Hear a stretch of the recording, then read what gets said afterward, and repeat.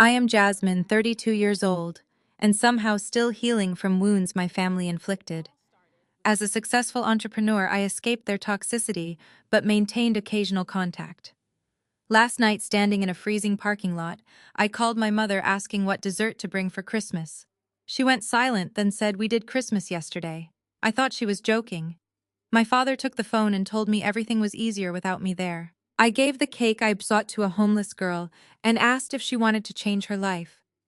6 hours later, my mother called back screaming.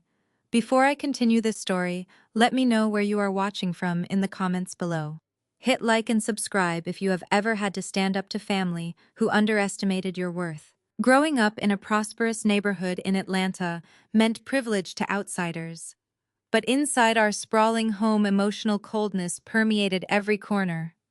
Our house with its manicured lawn was a fortress of expectations I could never quite meet. My parents, Vivian and Roland, were obsessed with appearances. They wanted to project the ultimate image of Black excellence to the world. My older sister Tasha fit their mold perfectly. She was tall, beautiful, graceful, and willing to do whatever it took to secure a wealthy husband and elevate our family status. I was the exact opposite. I preferred working behind the scenes, getting my hands dirty, and building things from the ground up. My parents never hid their disappointment in me. Whenever I achieved something, it was quickly overshadowed by whatever Tasha was doing. If I brought home an award, my mother would briefly nod before turning the conversation back to Tasha and her elite social circles. This constant dismissal shaped my entire childhood. I learned early on that my presence was an obligation to them, rather than a joy. Still, I tried to maintain a relationship, because family is family after all.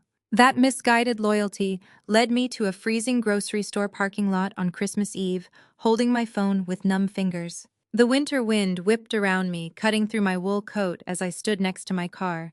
The parking lot was mostly empty, illuminated by the harsh glare of yellow streetlights. Shoppers were hurrying home to their warm houses and loving families. I had just spent an hour inside the bakery debating which dessert would finally earn me a genuine smile from my mother. I held two heavy boxes in my hands. One contained a rich, decadent chocolate cake. The other held a classic spiced apple pie. I figured bringing both would ensure everyone was happy.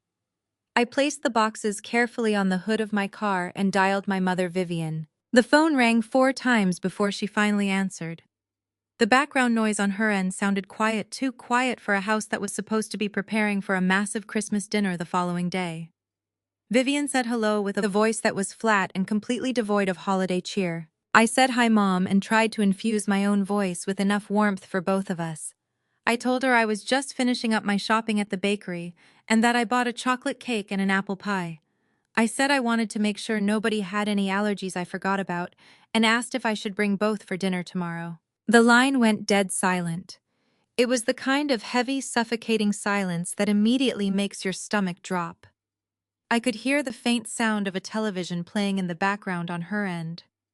I asked Mom if she was still there, thinking the connection had dropped. She finally replied that yes, she was there. Her tone was careful, calculated, and entirely devoid of affection. She told me there was no easy way to say this. She said they already did Christmas dinner and that they had it yesterday. I stood frozen in the bitter cold, staring blindly at the frost gathering on my car windshield. My brain struggled to process the words she had just spoken. I repeated her words back to her, asking if they really did Christmas yesterday. My voice sounded incredibly small in the empty parking lot. I reminded her that tomorrow is Christmas Day, and we always host dinner on Christmas Day. I told her I thought she was joking, and begged her to tell me it was a joke. She said it was not a joke, and her voice grew defensive and sharp. She told me they had to change the schedule. Before I could ask why I was not informed about this sudden change of schedule, I heard a scuffle on the other end of the line. The phone was being handed over or snatched away. A moment later, the deep, booming voice of my father, Roland, filled my ear. He barked at me to listen to him, and his voice lacked any trace of hesitation. He said they held the dinner early for Tasha and Connor. He told me I knew very well that Connor comes from a highly respected, wealthy white family from Boston. He explained that they flew down to Atlanta for the holidays and my parents hosted them last night at the house. I felt a coldness spread through my chest that had absolutely nothing to do with the winter weather.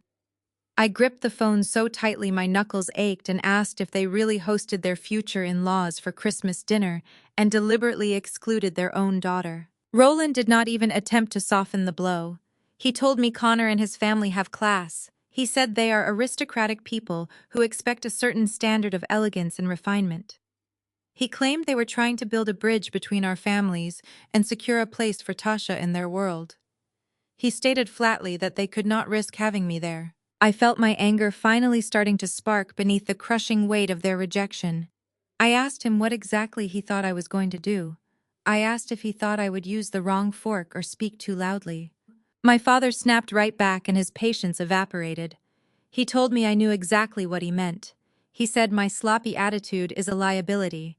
He accused me of showing up to family events wearing plain clothes and looking like I just rolled out of a warehouse. He said I do not care about presenting a polished image. And more importantly, he admitted they did not want to explain my career to Connor and his parents. I echoed his words about my career as disbelief washed over me anew. He sneered and the disdain dripped from every single syllable as he called my work a low-level event planning gig. He said Tasha told Connor that her sister was a successful executive. He declared they could not have me sitting at the same table with these highly educated, affluent people, talking about how I arrange chairs and order catering for mediocre parties. He called me embarrassing. He told me my entire life is an embarrassment to the standard they have set for the family. He said they simply wanted a perfect evening to impress our new family members, and that everything was easier without me there. I stood there in the freezing parking lot, with the 2 boxes of pastries resting on the hood of my car. The biting wind stung my cheeks, but I refused to shed a single tear. For 32 years, I had allowed these people to make me feel small. I had allowed them to dictate my worth based on their shallow, superficial metrics of success. They viewed me as a low-level worker, a ghetto embarrassment who would somehow taint their desperate attempts to assimilate into the aristocratic white world of Connor. They thought I was just a sloppy event planner. They had absolutely no idea that I was the one pulling the strings of the very world they were so desperate to join. I asked him if he was finished, and my voice dropped an octave, remaining steady and completely devoid of emotion. Roland warned me not to use that tone with him. He told me I should understand that family sacrifices must be made for the greater good. He stated that Tasha is securing our legacy. He said I should be happy for her instead of being bitter that I was left off the guest list. He told me not to bother coming by the house tomorrow either because they will be spending Christmas Day resting. Without waiting for my response, Roland ended the call. The dial tone echoed in my ear, blending with the howling wind of the parking lot. I slowly lowered the phone and looked at the black screen. I looked at the chocolate cake and the apple pie sitting on my car. The rejection was absolute. The betrayal was complete. But instead of breaking down, I felt an overwhelming sense of liberation wash over me. I had fulfilled my final obligation to them. I had tried to be a good daughter one last time. Now the gloves could finally come off. I stared at the black screen of my phone for a long time. The wind continued to whip around me, but I no longer felt the cold. A strange heat was building in my chest, pushing away the chill of the December air. It was not the fiery, uncontrollable rage of a broken heart. It was something much more dangerous and permanent. It was a cold, calculated, absolute clarity. For years I had played the role they assigned to me. I was the scapegoat, the afterthought, the punching bag. They used to make themselves feel taller. I had spent my 20s trying to prove my worth to people who were determined to misunderstand me. I had built an entire real estate and hospitality empire in secret, hoping that one day I could reveal it and finally earn their respect. I had waited for the perfect moment to show them that the daughter they cast aside was actually a titan in the business world. Now I realized how utterly foolish that was. Respect was not something you could buy from people who were bankrupt of basic human decency. They did not want a successful daughter. They wanted a convenient failure so my sister Tasha could shine brighter by comparison. My father Roland had laid it all out perfectly. They preferred an illusion of aristocratic grandeur over their own flesh and blood. They were so desperate for the approval of a wealthy white family that they erased me from their lives without a single second thought. I slowly lowered the phone and slid it deep into my coat pocket. I did not shed a single tear. Crying would mean I was mourning a loss, but I had not lost a family tonight. I had simply shed a dead weight that had been dragging me down since childhood. The rejection was the final key, unlocking the invisible cage I had lived in my entire life. I grabbed the 2 heavy boxes of pastries from the hood of my car. I was ready to march over to the nearest trash can and throw them directly into the garbage. They were symbols of my desperate need to please people who despised me, and I wanted them out of my sight. As I turned toward the waste bin near the grocery store entrance, a slight movement caught the corner of my eye. The warm golden glow from the bakery window illuminated a small figure huddled against the freezing brick wall. I stopped in my tracks and looked closer. It was a young African-American girl who could not have been older than 16. She was sitting on a flattened cardboard box, with her knees pulled tightly to her chest, trying to conserve whatever body heat she had left. She wore a thin, oversized denim jacket that was woefully inadequate for the freezing Atlanta night. A faded woolen scarf was wrapped multiple times around her neck, covering the lower half of her face. Her worn sneakers were scuffed at the toes and patched with thick silver duct tape. She was shivering violently as the harsh winter wind swept through the empty parking lot. I stood completely still and watched her as she stared intently through the glass of the bakery window. Inside, the warm lights showcased a lavish display of holiday treats and beautifully decorated cakes. The girl looked at the abundance of food with an expression of pure, unadulterated longing. She was not holding a cup or begging anyone for money. She was simply existing in the shadows, hoping to remain unseen while she endured the bitter cold. I looked down at the expensive chocolate cake and the spiced apple pie resting in my hands. These were meant for a family that actively despised my existence. These were meant to buy conditional love that was never going to materialize. I looked back at the young girl shivering in the dark and felt a profound shift in my universe. Looking at her felt like looking directly into a mirror that reflected my own neglected past. I saw the same defensive posture, the same guarded, exhausted eyes, the same quiet acceptance of being discarded by the world. I remembered what it was like to be a total afterthought in my own home. I remembered the nights I spent sitting on the cold back porch of the massive house owned by my parents, feeling completely invisible while they hosted lavish parties inside for Tasha and her elite friends. I remembered the deep gnawing hunger for just a sliver of warmth or recognition.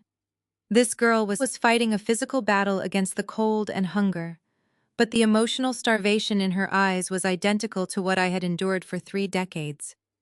She was a castaway. Society had walked past her just like my parents had walked past me. They saw her as a nuisance, a blemish on the perfect holiday scenery. My father would probably call her sloppy and embarrassing, just like he called me. My mother, Vivian, would probably look right through her as if she were made of glass. But I saw her. I saw her quiet strength in the way she held herself together against the freezing wind. I saw her immense resilience in the way she did not demand pity from the wealthy strangers walking past her. She was a survivor navigating a world built to crush her. She was exactly the kind of person my parents would lock out of their pristine, aristocratic world. And that made her exactly the kind of person I wanted in mine. I walked away from the trash bin and moved purposefully toward the brick wall where she sat. My boots clicked against the icy pavement, drawing her attention. The girl flinched slightly and pulled her thin jacket tighter around her shoulders, as if bracing for an insult or a harsh command to leave the premises. I stopped a few feet away from her. The warm light from the bakery window spilled over both of us, casting long shadows across the concrete. I crouched down slowly so I was exactly at her eye level and set the 2 large bakery boxes on the ground between us. I asked her what her name was. Her large brown eyes darted nervously from my face to the boxes and back again. She hesitated for a long moment before answering that her name was Zara. Her voice was raspy and rough from the cold, but it carried a quiet, steady dignity. I told her my name was Jasmine. I pushed the box containing the decadent chocolate cake directly toward her. I told her I bought this for some people who do not appreciate good things and who do not deserve my effort. I said it would be an absolute tragedy to let something so beautiful go to waste. I told her it was hers if she wanted it. Zara stared at the intricate gold ribbons tying the box together. She slowly reached out a trembling hand and touched the thick cardboard as if she expected the entire thing to be a cruel illusion. She looked up at me with profound confusion and asked why I was giving it to her. I told her that sometimes the people we are supposed to share our blessings with turn out to be the wrong people entirely. I said sometimes we have to go out and find our own people to share them with. Zara carefully untied the ribbon and lifted the lid. The rich, overwhelming smell of dark chocolate and vanilla buttercream filled the freezing air between us. A tiny ghost of a smile appeared on her chapped lips.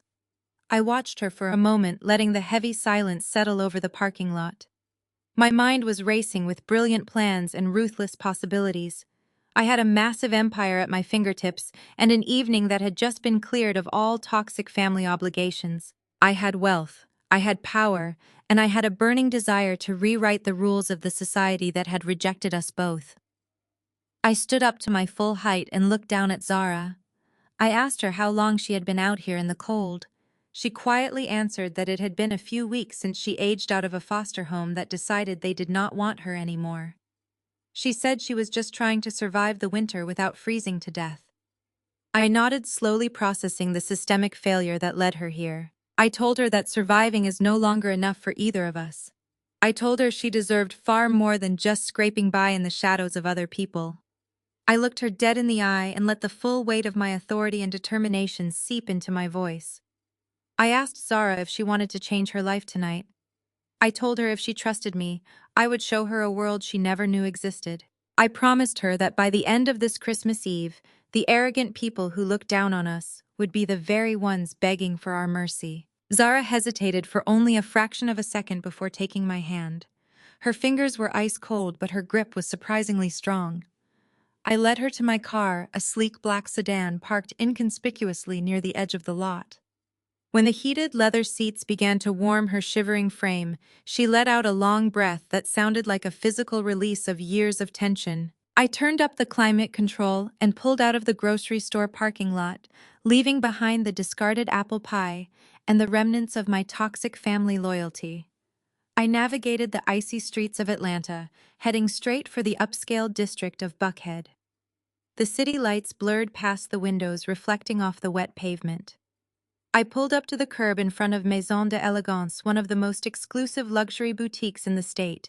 The storefront was illuminated by soft golden lighting, showcasing mannequins draped in haute couture. Zara stared out the window with her eyes wide. She shrank back into the leather seat and whispered that they would never let someone like her inside a place like this. I turned off the engine and looked at her. I told her that the world only treats you the way you allow it to treat you. I told her from this moment on she was walking with me, and nobody would ever look down on her again. We stepped out of the car and approached the heavy glass doors. A tall security guard in a tailored suit eyed Zara's duct-taped sneakers and my casual wool coat. He stepped squarely in front of the door, blocking our path.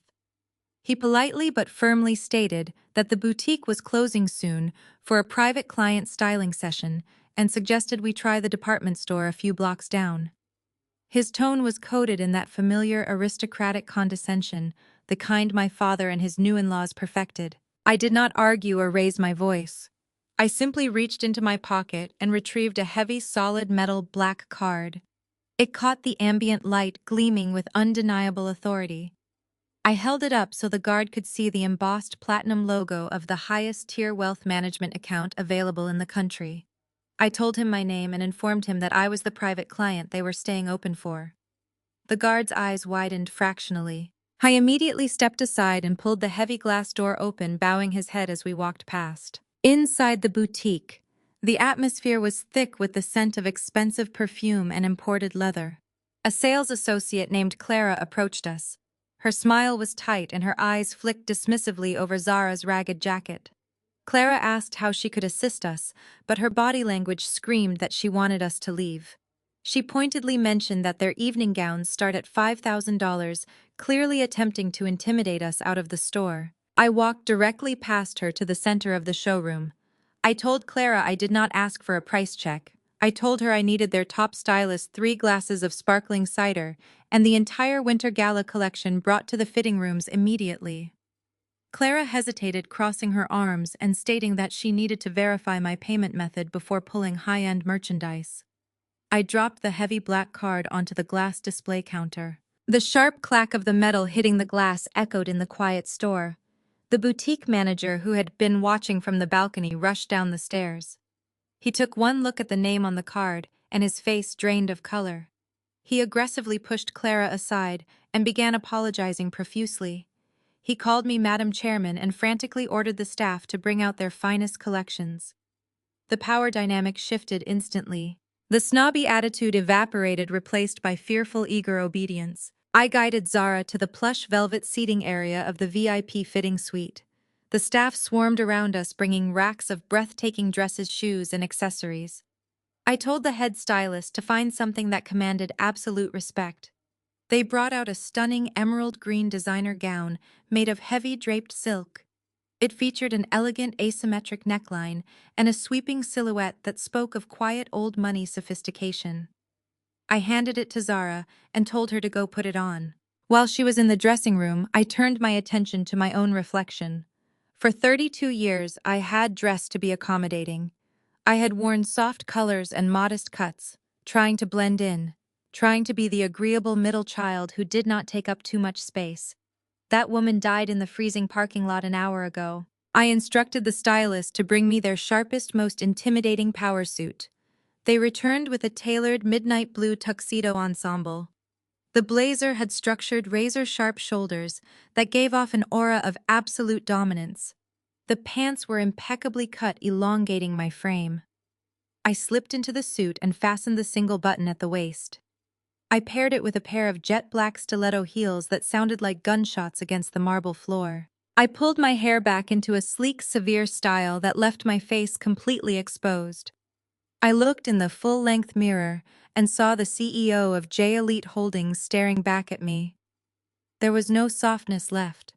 There was only ambition, power, and a terrifying calm. The fitting room door clicked open and Zara stepped out. The transformation was nothing short of miraculous. The emerald green gown fit her perfectly, wrapping around her frame with flawless elegance. The staff had quickly styled her hair into a sophisticated updo and applied a subtle layer of makeup that highlighted her striking features. The exhausted, freezing, homeless teenager was completely gone. In her place stood a young woman who looked like royalty. She stared at her own reflection with tears welling in her eyes. She touched the silk fabric as if she still could not believe it was real. I walked up behind her and placed my hands firmly on her shoulders. I looked at our reflection in the mirror together. 2 black women radiating undeniable power and wealth, ready to conquer a world that had tried to throw us away. I told Zara to dry her eyes. I told her queens do not cry over the people who failed them. As the manager was nervously swiping my black card to finalize the exorbitant purchase, my phone vibrated in the pocket of my blazer. I pulled it out and looked at the screen. It was a secure text message from my executive assistant.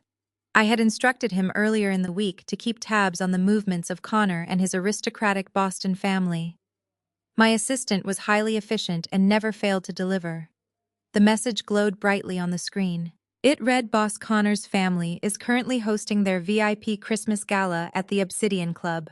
I read the words twice, letting the sheer serendipity of the moment wash over me. The Obsidian Club was the most exclusive, elitist private venue in the entire city of Atlanta.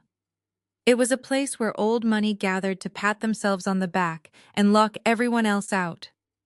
It was exactly the kind of place my parents Roland and Vivian would sell their souls to be seen inside. They thought they had secured their place in high society by rubbing elbows with Connor and his family at that exact venue. They thought they had successfully hidden their embarrassing daughter away so they could play pretend with the rich and famous. A slow, cold smirk spread across my face. The irony was almost too delicious to comprehend. They had chosen the Obsidian Club to establish their dominance and cement their new aristocratic legacy. I locked my phone and slid it back into my tailored pocket. I turned to Zara, who was adjusting the diamond tennis bracelet I had just purchased for her. She looked up at me, sensing the dangerous shift in my energy. I told her we were leaving.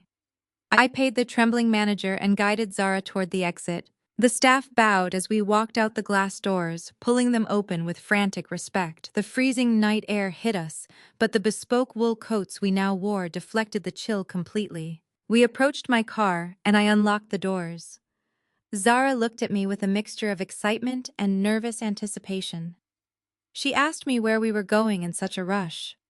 I opened the passenger door for her and smiled a smile that held absolutely no warmth. I told her to get in the car. I told her we are crashing a high society party. The drive to the exclusive Buckhead neighborhood took less than 20 minutes, but it felt like crossing into an entirely different dimension. The Obsidian Club sat at the end of a long, winding driveway lined with ancient oak trees. It was a massive stone mansion that looked more like a fortress than a social venue. This place was the beating heart of Atlanta old money.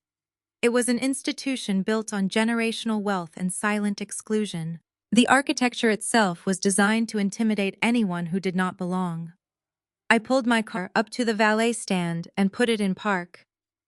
A young valet attendant in a crisp uniform rushed forward, but he hesitated the moment he saw us through the windshield. He was accustomed to seeing older white billionaires stepping out of luxury vehicles. He was not prepared for two young black women arriving with such unbothered authority. I handed him the keys without a single word and tipped him a crisp $100 bill. His hesitation vanished instantly, replaced by a deep, respectful bow. I turned to Zara and gestured toward the towering mahogany front doors. I told her to keep her chin up and her shoulders back. I told her we owned the night, and she nodded with a fierce determination that made me incredibly proud. We stepped through the heavy doors and entered the grand foyer. The air inside the Obsidian Club was thick with the scent of aged bourbon, expensive cigar smoke, and rare floral arrangements. Crystal chandeliers, the size of small cars, hung from the vaulted ceilings, casting a warm golden light over the imported marble floors. We handed our coats to the attendant in the cloakroom and walked toward the entrance of the main ballroom. The muted sound of a live jazz band drifted through the arched doorway, mingling with the low hum of wealthy voices. I paused for a fraction of a second before stepping into the room. This was the belly of the beast. This was the inner sanctum where people like Connor and his family ruled unchallenged. I placed my hand lightly on the small of Zara's back and guided her forward. We crossed the threshold, and the impact of our arrival was immediate and electric. The main ballroom was a sea of opulent homogeny. It was filled with aristocratic white families who had known each other for generations. The women wore understated designer gowns and heavy pearl necklaces, while the men stood in bespoke tuxedos discussing corporate acquisitions and political favors. It was a world that prided itself on keeping people like me and Zara firmly on the outside. When we walked into the room, it was as if a physical ripple moved through the crowd. The low hum of conversation began to falter and dip. Heads turned in our direction one by one.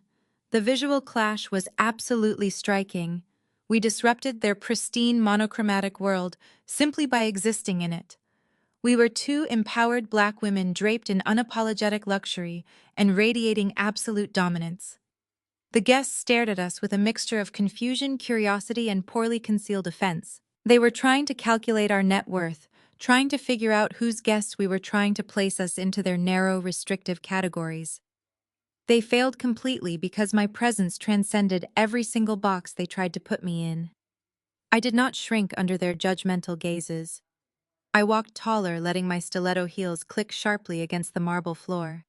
I looked over at Zara and saw that she was holding her own. The emerald green silk gown flowed around her like water, and she kept her head held high, channeling the exact energy I had asked her to project. She was magnificent, and the wealthy elite parting ways for us knew it too. I ignored the whispers echoing behind us and began scanning the massive room for my targets. I looked past the towering ice sculptures and the lavish buffet stations, searching for the people who had discarded me hours earlier. It did not take long to find them. They were gathered near a massive stone fireplace at the far end of the ballroom, commanding the best view in the house. I stopped walking and simply watched them for a moment, letting the cold anger sharpen my focus. Connor stood in the exact center of the group holding court like a feudal lord. He looked incredibly smug and entitled, swirling a glass of amber liquid while he spoke. Tasha stood right next to him, hanging onto his arm. She did not look like an equal partner in a marriage. She looked like a decorative accessory, a shiny trophy he had acquired to prove how progressive and modern he was. Then my eyes shifted to my parents, Vivian and Roland. The sight of them made my stomach turn with a mixture of profound disgust and overwhelming pity. They were trying so desperately hard to fit into Connor's aristocratic world. They had completely abandoned their dignity. Roland was laughing too loudly at a joke Connor had just made, throwing his head back in an exaggerated display of amusement. Vivian was nodding eagerly at every word spoken by Connor's mother. They were shrinking themselves physically and emotionally, trying to make themselves smaller and more agreeable, so these wealthy white people would accept them. It was a pathetic display of submission. They had traded their pride in their own daughter for a temporary invitation to the elite table. I looked at Connor's parents and saw exactly how they viewed my family. They wore expressions of cold, polite tolerance. They were not welcoming Vivian and Roland into their inner circle. They were simply enduring their presence with thinly veiled condescension. Connor's mother looked at Vivian the same way one might look at an overly enthusiastic servant. My parents were completely blind to the mockery. They were so blinded by the glimmer of high society that they could not see they were the punchline to a very cruel joke. They thought they had secured their legacy, but they had only secured their own humiliation. I decided I had seen enough of their embarrassing performance. It was time to announce my arrival and shatter their fragile delusion. I did not want to sneak up on them and tap them on the shoulder. I wanted them to see me coming from a mile away. I wanted the realization of their massive mistake to hit them like a freight train. A waiter dressed in a crisp white uniform walked past us carrying a heavy silver tray loaded with crystal champagne flutes. I stepped into his path and stopped him with a single look. I reached out and took 2 tall glasses from the tray. I handed one to Zara and took the other for myself. I told her to hold the glass firmly and walk with me. I told her we were about to introduce ourselves to the hosts of the evening. We began our slow, deliberate march across the ballroom floor. Every step was measured and precise. The crowd continued to part for us, creating a clear, wide path directly toward the stone fireplace. I kept my eyes locked on the small group gathered around the roaring fire. I waited for the exact moment the atmosphere would shift. I watched as the distance between us closed inch by inch. 10 yards, 8 yards, 5 yards. Suddenly, Tasha turned her head to look at someone passing by, and her eyes collided directly with mine. The reaction was instantaneous and violently physical. All the color drained from her perfectly made-up face, leaving her looking like a terrified ghost. Her mouth fell open in a silent gasp. The crystal champagne flute slipped from her trembling fingers and shattered spectacularly against the polished marble floor. The sharp sound of breaking glass cut through the jazz music, causing everyone in their circle to jump. Vivian quickly followed Tasha's horrified gaze, and her eyes locked onto me. She let out a small, strangled noise and stumbled backward, clutching her chest. Roland froze mid-laugh, his mouth still open, displaying a grotesque mask of shock and sheer panic. Finally, Connor turned around to see what had caused his perfect evening to derail so violently. I stopped right in front of them, planting my heels firmly onto the floor. I stood exactly in their line of sight, dominating their field of vision and suffocating their aristocratic bubble with my sheer presence. I looked at the utter terror washing over my family members and felt a dark, triumphant satisfaction blooming in my chest. I slowly raised my champagne glass in the air, offering them a silent, mocking toast. I smiled a cold, razor-sharp smile and prepared to tear their entire world down to its foundations. The sharp sound of shattered crystal had barely finished echoing across the marble floor when Tasha completely lost her mind. She lunged forward with the frantic, desperate energy of a cornered animal. Her perfectly manicured hands reached out and clamped down hard on the sleeve of my midnight blue tuxedo. I did not flinch. I did not spill a single drop of my champagne. I simply looked down at her, gripping my arm. and then looked back up into her panic-stricken eyes. The poised, elegant society wife she had been playing all evening evaporated in an instant. Beneath the heavy designer makeup and the diamond earrings, she was just my insecure older sister, terrified that her carefully constructed house of cards was about to collapse. She tugged at my arm, attempting to physically pull me away from the center of the ballroom. I could have easily planted my heels and refused to move, but I decided to indulge her. I wanted to see exactly how far her desperation would push her. I gave Zara a slight nod indicating she should follow us, and allowed Tasha to drag me away from the roaring fireplace and the staring eyes of her aristocratic guests. Tasha practically shoved me into a secluded alcove near the hallway, leading to the private dining rooms. The space was dimly lit, shielded by heavy velvet curtains that muffled the sound of the jazz band playing in the main hall. The moment we were out of direct public view, Tasha unleashed a venomous whisper that shook her entire frame. She demanded to know what the hell I was doing here. Her eyes darted wildly toward the opening of the alcove, checking to ensure no one from Connor's family had followed us. She accused me of trying to ruin her life on purpose. She pointed a trembling finger at my chest and hissed that I do not belong around Connor's family. She said I was a malicious, bitter woman who could not stand to see her succeed. She claimed I deliberately waited until the most important night of her life to show up and humiliate her in front of the only people who mattered. I stood perfectly still, letting her toxic accusations wash over me without absorbing a single one of them. I took a slow, deliberate sip of my champagne and let the silence stretch between us. I watched her chest heave as she struggled to catch her breath. I noted the way her expensive gown looked suddenly restrictive, like a gilded cage she had willingly locked herself inside. She told me I was supposed to be at home. She said Mom and Dad had specifically arranged everything, so my embarrassing presence would not taint their introduction to high society. She demanded to know how I even bypassed the security at the front door. She assumed I had snuck in through the service entrance or bribed a kitchen worker. The sheer arrogance required to look at my bespoke tailored suit and Zara's breathtaking emerald silk gown and still assume we crawled in through the back alley was staggering. Tasha was so blinded by her own manufactured superiority that she could not comprehend the reality standing right in front of her. Before I could formulate a response that would shatter her fragile ego, a tall figure stepped through the velvet curtains. Connor strode into the alcove, projecting an aura of absolute suffocating white privilege. He did not rush. He did not look panicked like his wife. He moved with the slow, arrogant entitlement of a man who believed he owned the very air we were breathing. He placed a possessive hand on Tasha's shoulder, pulling her slightly behind him, as if protecting her from a biological hazard. He looked me up and down, starting from my black stiletto heels and ending at my sleek pulled-back hair. His eyes lacked any trace of basic human respect.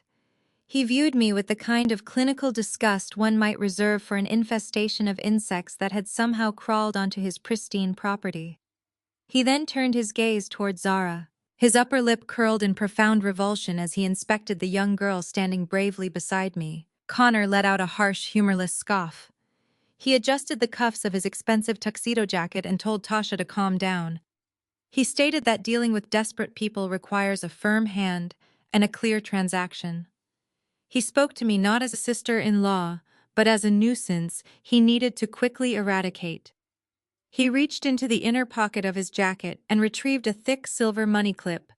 The metal flashed under the dim alcove lights as he peeled off a few crisp bills with practiced ease. He held the cash out toward me, pinching the paper between two fingers, as if touching it might contaminate him. He told me to listen to him very carefully. He said he would give me $500 right now. He thrust the money a few inches closer to my face and laid out his cruel ultimatum. He demanded that I take this dirty street kid, call a cab, and leave the premises immediately. He threatened that if I did not comply within the next 30 seconds, he would personally have the security team drag us out and throw us onto the cold pavement. He added that people like me are a disease that ruins everything decent and refined. He said I was lucky he was offering me cash instead of having me arrested for trespassing on a private elite property. I looked at the $500 hovering in the air between us. I looked at the man who thought his skin color and his inherited wealth gave him the right to speak to me like a stray dog. I glanced over at Zara. She had promised me she would keep her chin up, and she was honoring that promise flawlessly. She did not shrink under his vicious racist insult. She stood tall, her eyes blazing with a quiet, fierce dignity that Connor could never purchase with all the money in his bank account. She drew strength from the unwavering stance I maintained beside her. The sheer audacity of his offer was almost poetic. Connor truly believed that a few $100s could buy my compliance and preserve his fraudulent social standing. He thought he was the ultimate authority in this building. He thought he commanded the space, the staff, and the very ground we stood upon. He was entirely oblivious to the fact that he was issuing orders inside a venue that I owned outright. He was attempting to bribe the landlord to leave her own property. The absolute ridiculousness of the situation ignited a cold, dark amusement deep within my core. I did not reach for the money. I did not raise my voice or react with the explosive anger he clearly expected to provoke. I simply smiled. It was not a friendly smile. It was a calculating, predatory expression that caused the arrogant certainty in Connor's eyes to falter for the very first time. I slowly raised my champagne glass and tilted my head, preparing to systematically dismantle every single delusion holding his pathetic world together. The real destruction was about to begin, and I wanted to savor every microscopic detail of their impending ruin.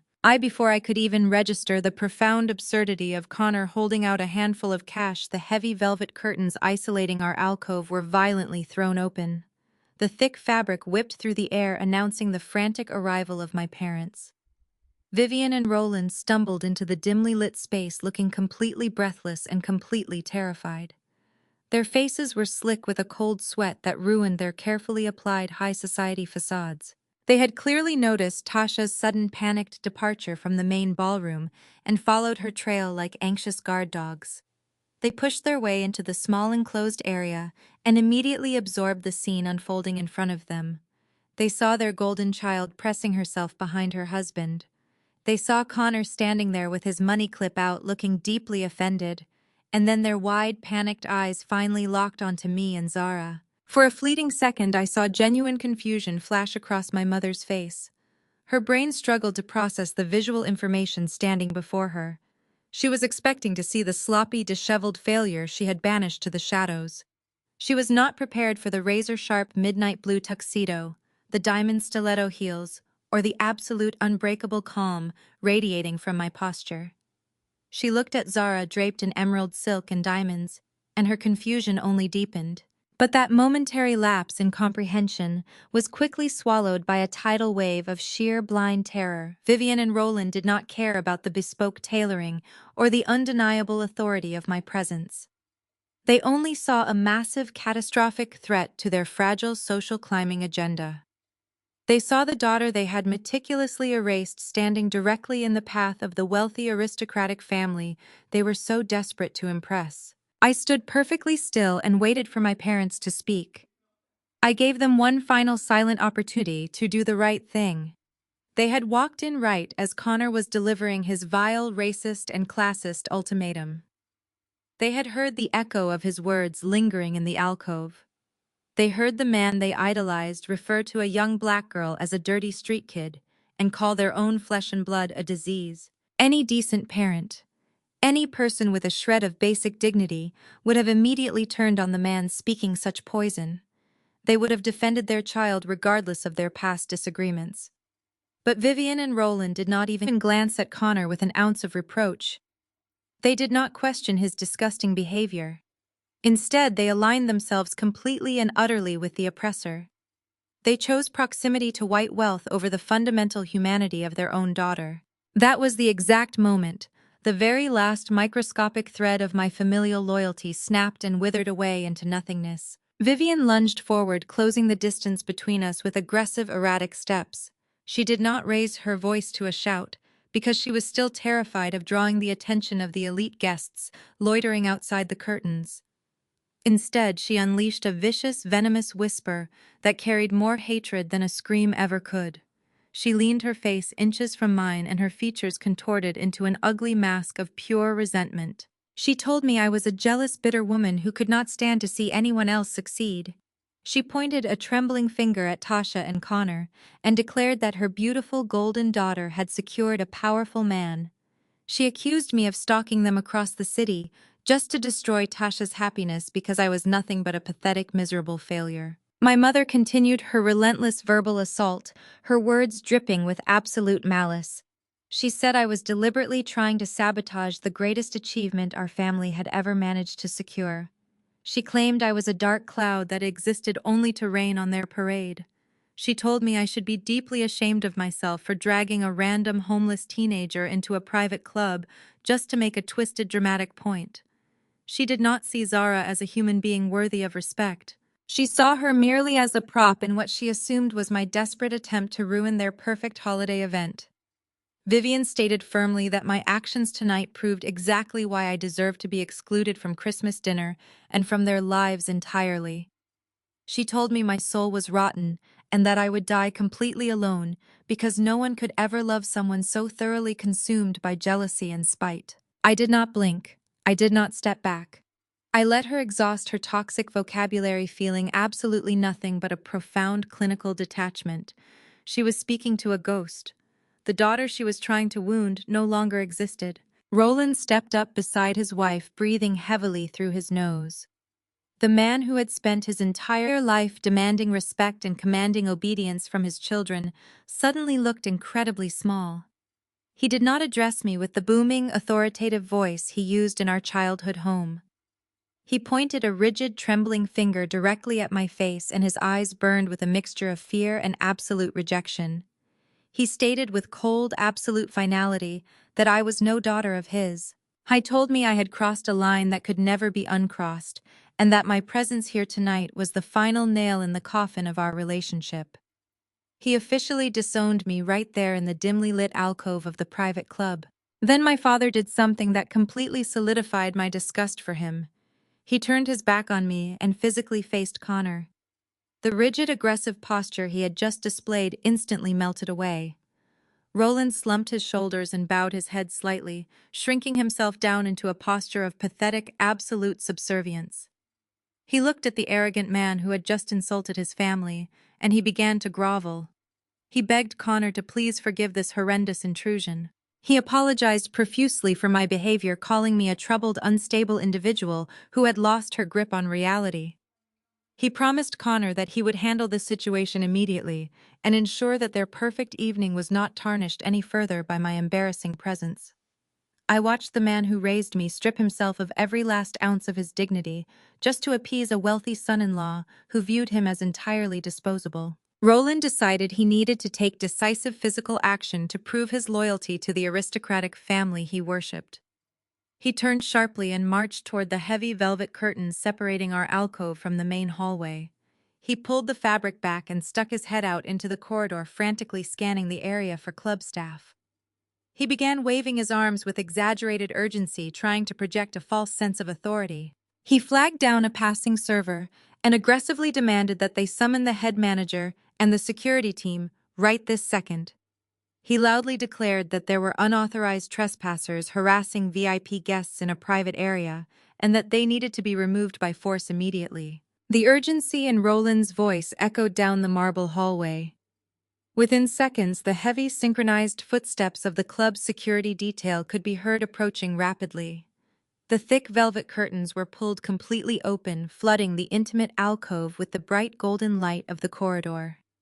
4 massive, broad-shouldered security guards stepped into the space, forming a solid, imposing wall of muscle. They were dressed in immaculate black suits, their faces stern and professional. Right behind them walked the head manager of the Obsidian Club.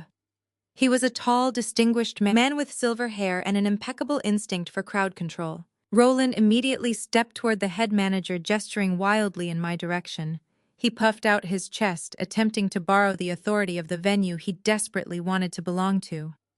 He instructed the manager to take his security team and escort me and Zara out of the building immediately. He loudly demanded that we be thrown out onto the street and permanently banned from ever setting foot on the property again. Connor stood in the background, crossing his arms over his chest and letting a smug, victorious smirk spread across his face. Tasha let out a loud, exaggerated sigh of relief, leaning her head against Connor's shoulder. Vivian crossed her arms and glared at me, waiting eagerly for the physical humiliation of my violent removal. They all stood there wrapped in their delusions of grandeur, fully expecting the staff to grab me by the arms and drag me away in disgrace. They held their breath, waiting for my ultimate downfall to commence. I let the silence stretch until it became physically painful for the people trapped in the alcove. The head manager and his security team stood like statues waiting for my command, while my family remained paralyzed by the sheer magnitude of what had just occurred. I turned my attention away from the manager and locked my gaze entirely onto the man who had confidently disowned me just minutes prior. Roland was still struggling to breathe, his chest heaving under his rented tuxedo. I took a slow, deliberate step toward him. The sharp click of my stiletto heel on the marble floor made him flinch as if he had been physically struck. I looked at the fear swimming in his eyes and felt a deep, profound sense of closure. I reminded him of the phone call we shared in the freezing parking lot outside the bakery. I reminded him of the exact words he had used to justify erasing me from the family Christmas dinner. He had called my career a low-level event planning gig. He had stated that I was an embarrassment who only knew how to arrange chairs and order catering for mediocre parties. I watched his throat bob as he swallowed hard, entirely unable to formulate a defense or an apology. I kept my voice remarkably calm and entirely devoid of anger. Raising my voice would imply that I needed them to hear me, but I did not need anything from them anymore. I simply wanted to correct the monumental ignorance they had proudly paraded around for the last 10 years. I told Roland that the low-level event planning gig he loved to mock was actually the foundational operating branch of J Elite Holdings. I watched as a flicker of recognition crossed Connor's pale face. Connor worked in real estate development, so he absolutely knew the name of the premier commercial real estate and luxury hospitality management firm in the state. I stated clearly and unequivocally that I was the sole founder and chief executive officer of that exact firm. I explained that while they were busy spending their time kissing up to people who despised them, I was quietly acquiring commercial high-rises, luxury resorts, and private estates across the entire southeastern seaboard. I did not build an event planning business. I built an absolute monopoly, and I built it entirely from the ground up without a single dime of their money or a single ounce of their support. My mother Vivian let out a small, breathless gasp. She pressed her hand against her mouth as if trying to physically push the truth back down her throat. She had spent my entire life telling everyone who would listen that I was a disappointment who lacked the drive to succeed in their aristocratic circles.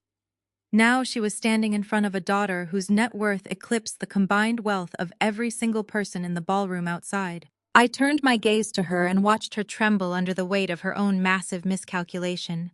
I told her that the very foundation of her social climbing agenda was built on a pathetic illusion. She had chased proximity to wealth while actively throwing away the daughter who had actually achieved it. I explained that her desperate need to assimilate into Connor's world blinded her to the reality that my world was vastly superior and entirely self-made. They had sacrificed their relationship with me for a seat at a table that I could buy and sell 100 times over without even checking my bank balance. I turned back to Roland and addressed the most pressing delusion he currently held.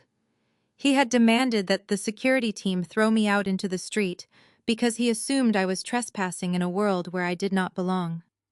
I leaned in slightly, making sure my words penetrated the thick layer of arrogance he had worn his entire life. I told Roland that I did not plan events at the Obsidian Club. I told him I did not work for the management, and I certainly did not sneak in through the service elevator. I stated with absolute icy precision that I bought the Obsidian Club outright in cash exactly 1 month ago. I explained that the massive stone fortress they thought protected them from people like me was actually my personal property. I owned the chandeliers they admired.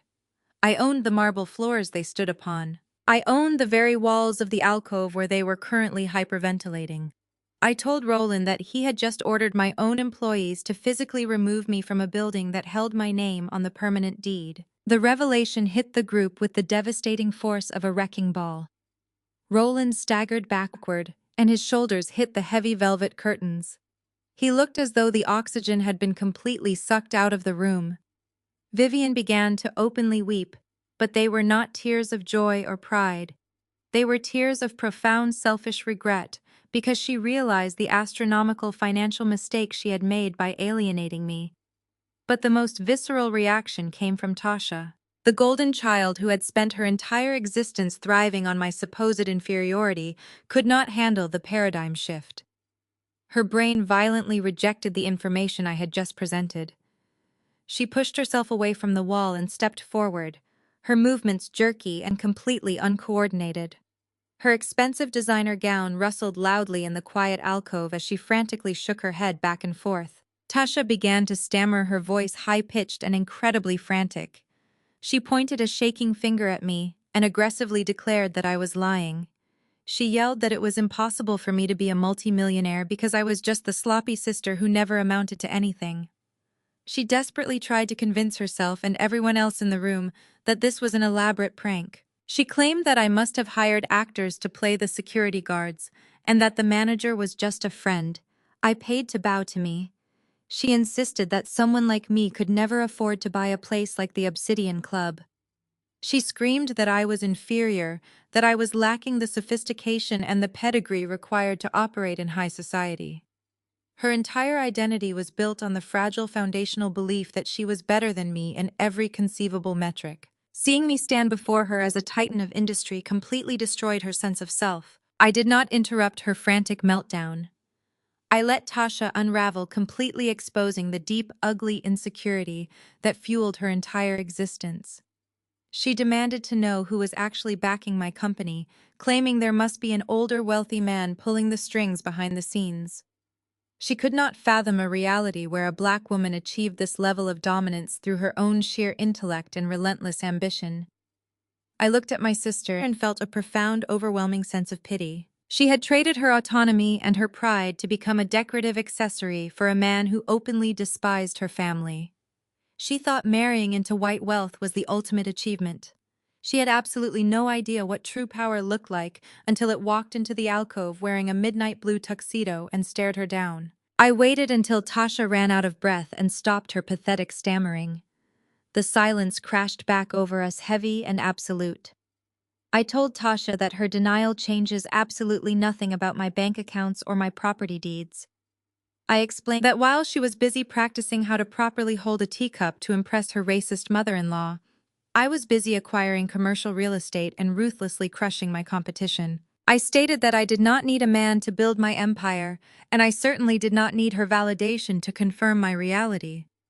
I told her that the inferior sister she loved to mock was currently standing in front of her, holding the absolute power to dictate the rest of her miserable evening. I reminded her that she was currently standing inside my building, drinking my champagne and breathing my air. The utter finality of my words stripped away the last remnants of her resistance, leaving her completely exposed and terrifyingly vulnerable in front of the very people she had tried so desperately to impress. I turned my attention away from my trembling sister and locked eyes with the head manager, who was still waiting with perfect posture. The time for entertaining their pathetic shock had officially expired. I instructed him to pull up the master registry for the Obsidian Club on his tablet immediately. He complied without a single wasted movement, tapping the screen with practiced efficiency. I kept my voice loud enough for every person in the alcove to hear my decree perfectly clearly. I ordered the manager to locate the membership file for Connor's entire extended family and permanently revoke their access, effective this exact second. I told him to cancel their platinum dining privileges, terminate their valet priority, and erase their names from the legacy donor wall in the main lobby. I instructed him to program the security gates to deny their vehicles entry to the grounds forever. Then I shifted my gaze to Vivian and Roland, who were clutching each other as if bracing for a physical impact. I told the manager to create a new category in the club database specifically for my parents. I ordered him to place Vivian and Roland on a lifetime blacklist.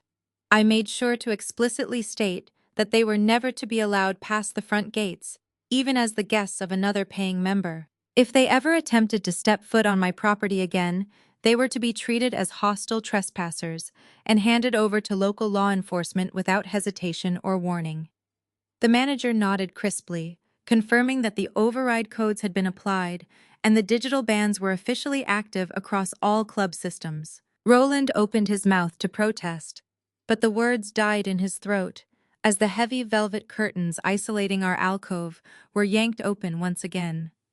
The sudden influx of bright light revealed a new arrival. It was Connor's mother. She stormed into the secluded space, radiating furious aristocratic entitlement. She wore a floor-length silver gown dripping with antique pearls and diamonds that had likely been in her family for generations. Her face was pinched into a severe scowl, clearly irritated that her son and his new in-laws had abandoned their hosting duties in the main ballroom. She marched past the security guards with the blind confidence of a woman who had never been told no in her entire life. She stopped abruptly when she surveyed the scene before her. She saw her son Connor looking completely defeated and pale. She saw Tasha weeping silently against the wall. She saw Vivian and Roland cowering like scolded children. Then her icy blue eyes locked onto me and Zara. The pure, unfiltered disdain that washed over her features was almost textbook in its predictability. She looked at my bespoke tailored tuxedo and the absolute authority I commanded in the room, and her aristocratic brain violently rejected the image. She could not compute a reality where a black woman held the power over her precious son and his carefully curated social event. Connor's mother did not ask what was happening. She immediately defaulted to the ugliest assumptions her privileged mind could generate. She stepped toward me, her heels clicking sharply against the marble, and pointed a manicured finger at my chest. She stated with absolute arrogant certainty that I must be a front for dirty money.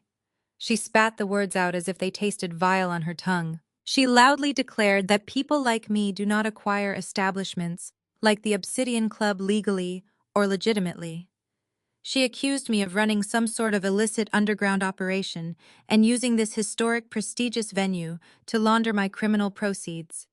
She demanded that the security guards arrest me, claiming I was a fraud who was insulting the legacy of their elite society just by breathing the air inside the building. Connor weakly reached out to grab his mother's arm, attempting to stop her from digging their grave any deeper. He whispered for her to stay quiet, but she forcefully yanked her arm away. She was completely blinded by her own racist and continued her tirade, telling me that her family had built this city and that gutter trash like me could never truly buy my way into their world, regardless of how many illegal millions I managed to steal. She stood there breathing heavily, fully expecting me to shrink away in shame or explode into a defensive rage. I did not do either of those things. I smiled at her.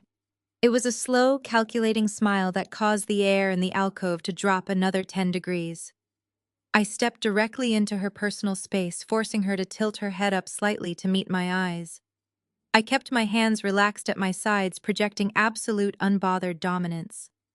I told her that it was incredibly bold for someone with her specific financial history to accuse anyone else of operating outside the boundaries of the law. I watched her eyes narrow in confusion, but I did not give her a chance to speak. I began to clinically and surgically dismantle her pristine high society facade. I explained that when I purchased the Obsidian Club, I inherited the complete financial disclosure files for every single elite tier member. I told her that the background checks required to maintain a Platinum Legacy membership were incredibly thorough and highly confidential. I stated that as the sole owner of the establishment, I had spent the last week reviewing those exact files to determine which members aligned with my new vision for the property. I lowered my voice to a dangerous whisper, making sure every syllable pierced through her arrogant armor. I recited the exact legal statute numbers for federal tax evasion and offshore asset concealment. I watched the blood drain rapidly from her perfectly powdered face as I listed the precise tax brackets she claimed on her public filings versus the actual liquid assets she was hiding in shell companies based in the Cayman Islands. I did not stop there. I exposed the most devastating secret she had been hiding from her elite social circle. I told her I knew all about the active ongoing IRS audit she had been desperately trying to suppress for the past 6 months. I cited the exact dates of the subpoenas her accounting firm had received. I detailed the fraudulent charitable deductions she had used to mask her dwindling family fortune. I told her that her entire aristocratic legacy was currently hanging by a very thin, frayed legal thread. I pointed out the hilarious irony of a woman who was actively defrauding the federal government standing in my building and accusing a legitimate self-made billionaire of having dirty money. I reminded her that my wealth was built in broad daylight through relentless ambition and ruthless corporate acquisitions, while her wealth was nothing but a fragile illusion sustained by criminal tax fraud and generational theft. I asked her if she would like me to print out copies of her audit notices and distribute them to the wealthy friends she was currently hosting in my main ballroom. The transformation in Connor's mother was absolute and instantaneous. The haughty, wealthy socialite, who had stormed into the alcove just minutes ago, completely vanished. She physically shrank before my eyes, her shoulders caving inward as the terrifying reality of her exposure set in. She opened her mouth to deny my claims, but the specific, undeniable details I had just recited made any defense utterly impossible. She knew I held the power to destroy her family name with a single phone call to a journalist. She looked at me not with disdain, but with raw, unadulterated fear. She realized that she had just picked a fight with a predator who held all of her darkest secrets in the palm of her hand. She took a shaky step backward, distancing herself from me, as if I were made of fire. She could not even look at Vivian or Roland, who were staring at her in stunned silence. Their wealthy, perfect idol had just been exposed as a desperate criminal fraud. Connor's mother did not say another word. She turned around, her antique pearls clinking softly against each other, and practically fled toward the velvet curtains. She retreated into the main hallway, leaving her son and his wife behind, utterly humiliated and entirely broken by the sheer force of my dominance.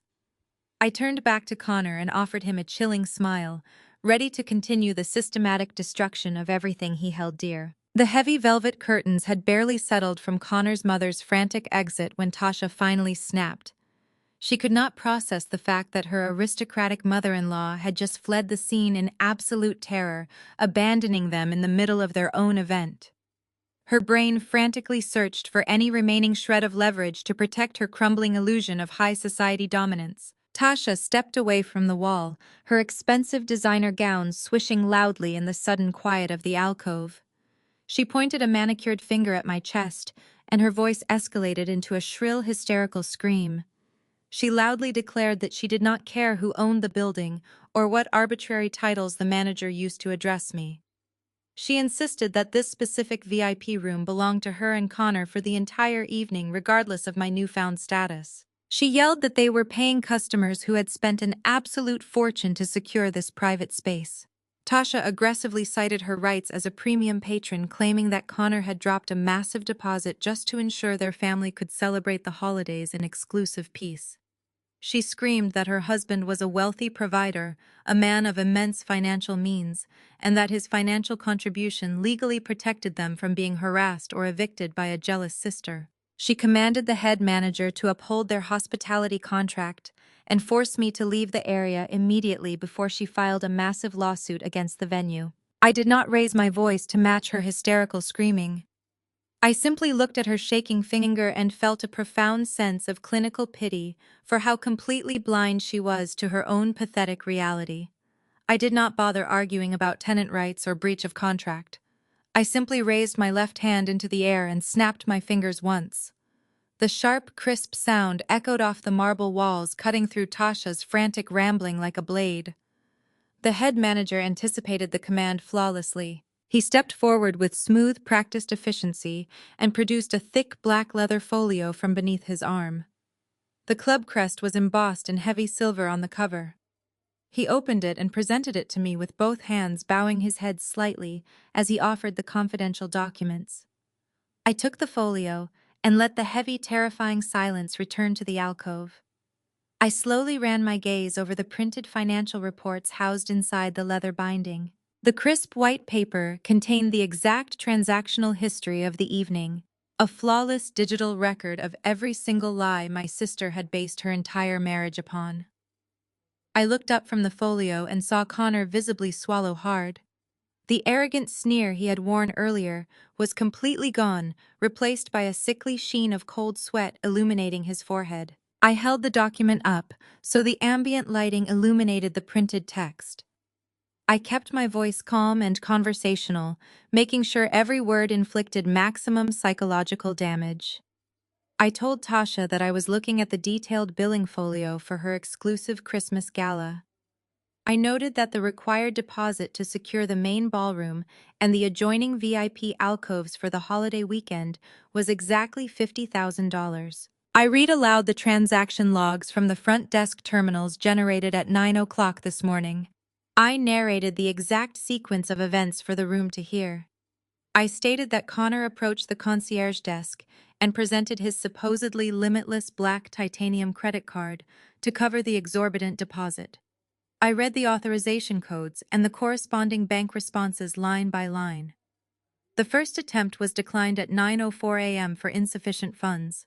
The second attempt was processed at 9:06 a.m. through a different routing terminal and was instantly rejected for the exact same reason. The third attempt, made at 9:10 a.m., triggered an automatic fraud alert from the issuing bank, locking the card entirely due to severe delinquent status. I looked directly into Connor's terrified eyes and stated unequivocally that his premium platinum card had bounced 3 consecutive times. He was completely broke and he could not even afford to buy a glass of water in my establishment, let alone finance a $50,000 holiday gala. Connor frantically tried to salvage his ruined dignity. He stammered that it must have been a banking error, a random security hold placed on his account because he was traveling out of state for the holidays.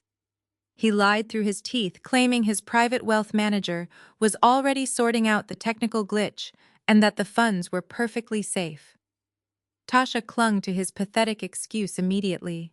She nodded aggressively and yelled that banking errors happened to wealthy people all the time. She insisted that Connor was a multimillionaire and that his financial status was beyond reproach. She demanded to know how the room was paid for if the card had been declined, assuming Connor had simply wired the money from one of his offshore accounts to bypass the frozen card.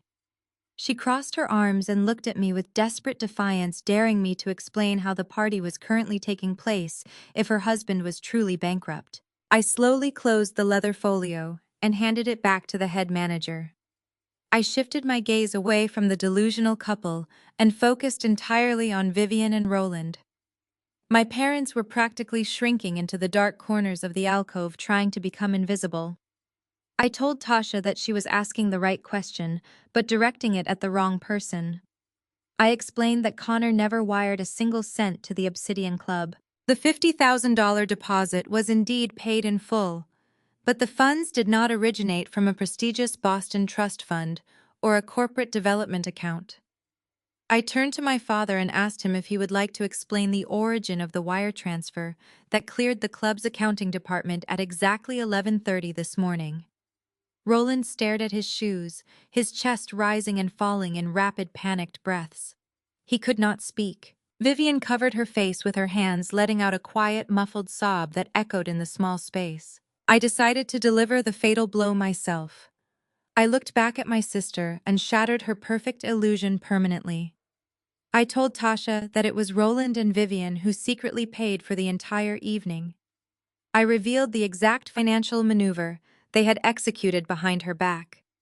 I stated that our parents had gone to their local bank 2 days ago and quietly remortgaged their entire retirement fund. They had liquidated the financial security they had spent 30 years building just to generate enough liquid cash to cover the $50,000 deposit. They did this because Connor had privately confessed to them that his accounts were temporarily frozen and he needed a massive short-term loan to save face in front of his aristocratic relatives. Vivian and Roland were so utterly terrified of losing their connection to high society that they willingly bankrupted their own future to maintain the facade that Connor was a wealthy provider. They bought into his lies because acknowledging the truth would mean admitting their golden child had married a broke, manipulative fraud. The impact of my words struck Tasha with devastating physical force. She slowly uncrossed her arms and turned to look at her parents. The defiant anger in her eyes was instantly replaced by a hollow, gaping horror. She stared at Vivian and Roland, waiting for them to furiously deny my accusations. She waited for her father to yell that I was making up vicious lies to ruin their night. But Roland simply continued to stare at the marble floor, completely unable to meet his favorite daughter's gaze. Vivian's muffled sobs grew louder, confirming every single devastating detail I had just exposed. Tasha took a trembling step away from Connor. Her entire identity was built on the premise that she had secured a powerful, wealthy man who elevated her above her origins. She believed she was living a fairy tale funded by endless old money. Now she was forced to confront the sickening reality that her luxurious lifestyle was actually being subsidized by the desperate, self-destructive financial sacrifices of her aging parents. She looked at Connor, who was refusing to make eye contact with anyone, and the depth of his deception finally registered in her mind. The golden child was not living a dream, she was trapped in a financially ruinous nightmare, and everyone in the room except her had known the truth. The realization that his absolute poverty had just been exposed to his wife and his in-laws shattered the last fragile remnants of Connor's sophisticated Boston facade. The aristocratic veneer he wore like a tailored suit violently peeled away, revealing the desperate cornered predator underneath. He could no longer hide behind the illusion of generational wealth and limitless credit cards. The polite, condescending tone he had weaponized against me earlier completely evaporated in an instant. His breathing grew heavy and erratic, his chest expanding as he tried to physically inflate himself to reclaim the dominance he had just definitively lost. The veins in his neck bulged against the stiff collar of his expensive tuxedo shirt. He took a sudden aggressive step forward, completely ignoring the wall of massive security guards, who instantly shifted their weight in response to his sudden volatile movement. He raised his hand, not with the elegant dismissive gesture he had used before, to offer me $500, but curled into a tight, trembling fist. He pointed it directly at my face, his features twisted into an ugly mask of pure, unadulterated rage. He realized that the polite rules of high society engagement had failed him, and so he resorted to the raw, brutal intimidation tactics of a man who had absolutely nothing left to lose. Connor began to yell, his voice echoing harshly against the cold stone walls of the secluded alcove. The sophisticated vocabulary vanished entirely, replaced by vicious, guttural threats. He demanded to know who the hell I thought I was to speak to him in such a manner. He screamed that buying one single historic building in Atlanta did not make me a god, and it certainly did not give me the right to publicly humiliate his family name in front of his peers. He aggressively declared that his real estate development firm was an unstoppable corporate juggernaut with billions of dollars in active acquisitions and liquid capital. He spat the words out, spraying tiny droplets of saliva into the air between us as he frantically tried to rebuild his shattered empire through sheer volume. He told me that my little hospitality holding company was a pathetic joke compared to the international syndicate he commanded. He claimed that his board of directors was currently finalizing the hostile takeover of this entire commercial district, and that I was standing directly in the crosshairs of his corporate wrath. He threatened that he was going to personally ensure that every surrounding property was bought out by his firm, isolating the Obsidian Club and bleeding my operations completely dry. He promised with venomous certainty that he would use his elite political connections to rezone the neighborhood, revoke my operating licenses, and run me entirely out of business within a matter of weeks. He stepped even closer. His face flushed a furious shade of crimson, and swore that he would have the immense pleasure of watching demolition crews tear this very building down to its foundation, while I stood on the sidewalk watching my pathetic empire turn to dust. The sheer volume of his aggressive outburst caused Tasha to flinch and cower further into the shadows, pressing her back against the wall. Roland and Vivian remained paralyzed in the corner, terrified that Connor's explosive anger might suddenly turn toward them for failing to control their rogue daughter. The head manager took a sharp, deliberate half-step forward, preparing to signal the security team to physically restrain the hostile guest. I raised a single hand, extending my fingers to halt the manager in his tracks. I did not want the guards to touch Connor. I did not want his pathetic tantrum to be interrupted by physical force, because that would give him the illusion that he was actually a physical threat, worthy of a physical response. I stood my ground and looked at the furious, red-faced man desperately trying to intimidate me with imaginary wrecking balls and fictitious corporate acquisitions. I did not feel an ounce of fear. I did not feel a flicker of anger or a sudden desire to yell back to defend my business. I simply looked at the vein throbbing in his forehead and the desperate sweat pooling at his temples. The profound contrast between his aggressive posturing and the devastating reality of his empty bank accounts was the most beautiful poetic justice I had ever witnessed. I let out a laugh. It did not start as a quiet chuckle or a polite dismissal. It bubbled up from the very bottom of my chest, a deep, rich, resonant sound of pure, absolute amusement. It was a cold, terrifying laugh that broke through the heavy tension of the alcove like a jagged shard of ice. The sound echoed against the vaulted ceiling, cutting right through Connor's furious panting. It was the laugh of an apex predator watching a wounded animal attempt to roar. I laughed at the sheer audacity of a man who could not even afford the valet parking fee threatening to buy an entire city block. I laughed at the immense fragile ego that required him to invent billions of dollars in imaginary assets just to protect his fractured pride in front of the very people he was actively bankrupting. My laughter bounced off the marble floors, filling the secluded space with an undeniable declaration of absolute superiority. The security guards remained stoic, but I could see the faint trace of dark amusement dancing in their eyes. Tasha covered her ears as if the sound of my joy was physically hurting her. Connor stopped yelling, his mouth hanging open in confused horror. He had expected me to scream back to call my lawyers, or to demand his immediate expulsion. He had never in his privileged existence been met with such cold, untethered mockery. My laughter stripped him of his remaining power, reducing his violent threats to the meaningless tantrums of a spoiled child playing dress-up in a borrowed tuxedo. I let the laughter slowly subside, leaving a deadly, chilling silence in its wake. I took a deep breath, centering myself, and let the cold, calculating chief executive persona slide perfectly back into place. I did not address Connor directly. Engaging with his delusional threats would validate them, and I was completely done entertaining his fictions. I turned my body slightly away from the sweating, furious man and shifted my entire focus to the young woman standing steadfastly beside me. Zara had not moved a single inch during Connor's explosive outburst. She held the sleek silver iPad firmly in her hands, her knuckles slightly white, but her posture radiating unbitching resilience. The emerald green silk of her gown caught the ambient light, contrasting beautifully with the quiet strength shining in her dark eyes. She had watched the supposedly superior wealthy white man completely lose his mind, and she had witnessed firsthand how utterly powerless his anger was against true, unbothered authority. I offered her a warm, reassuring smile, a stark contrast to the glacial expression I had weaponized against my family. I reached out and gently tapped the corner of the tablet she was holding. I kept my voice smooth, melodic, and carrying the absolute certainty of an executioner delivering the final undeniable verdict. I told her that it was time to put an end to the fairy tales being told in this room once and for all.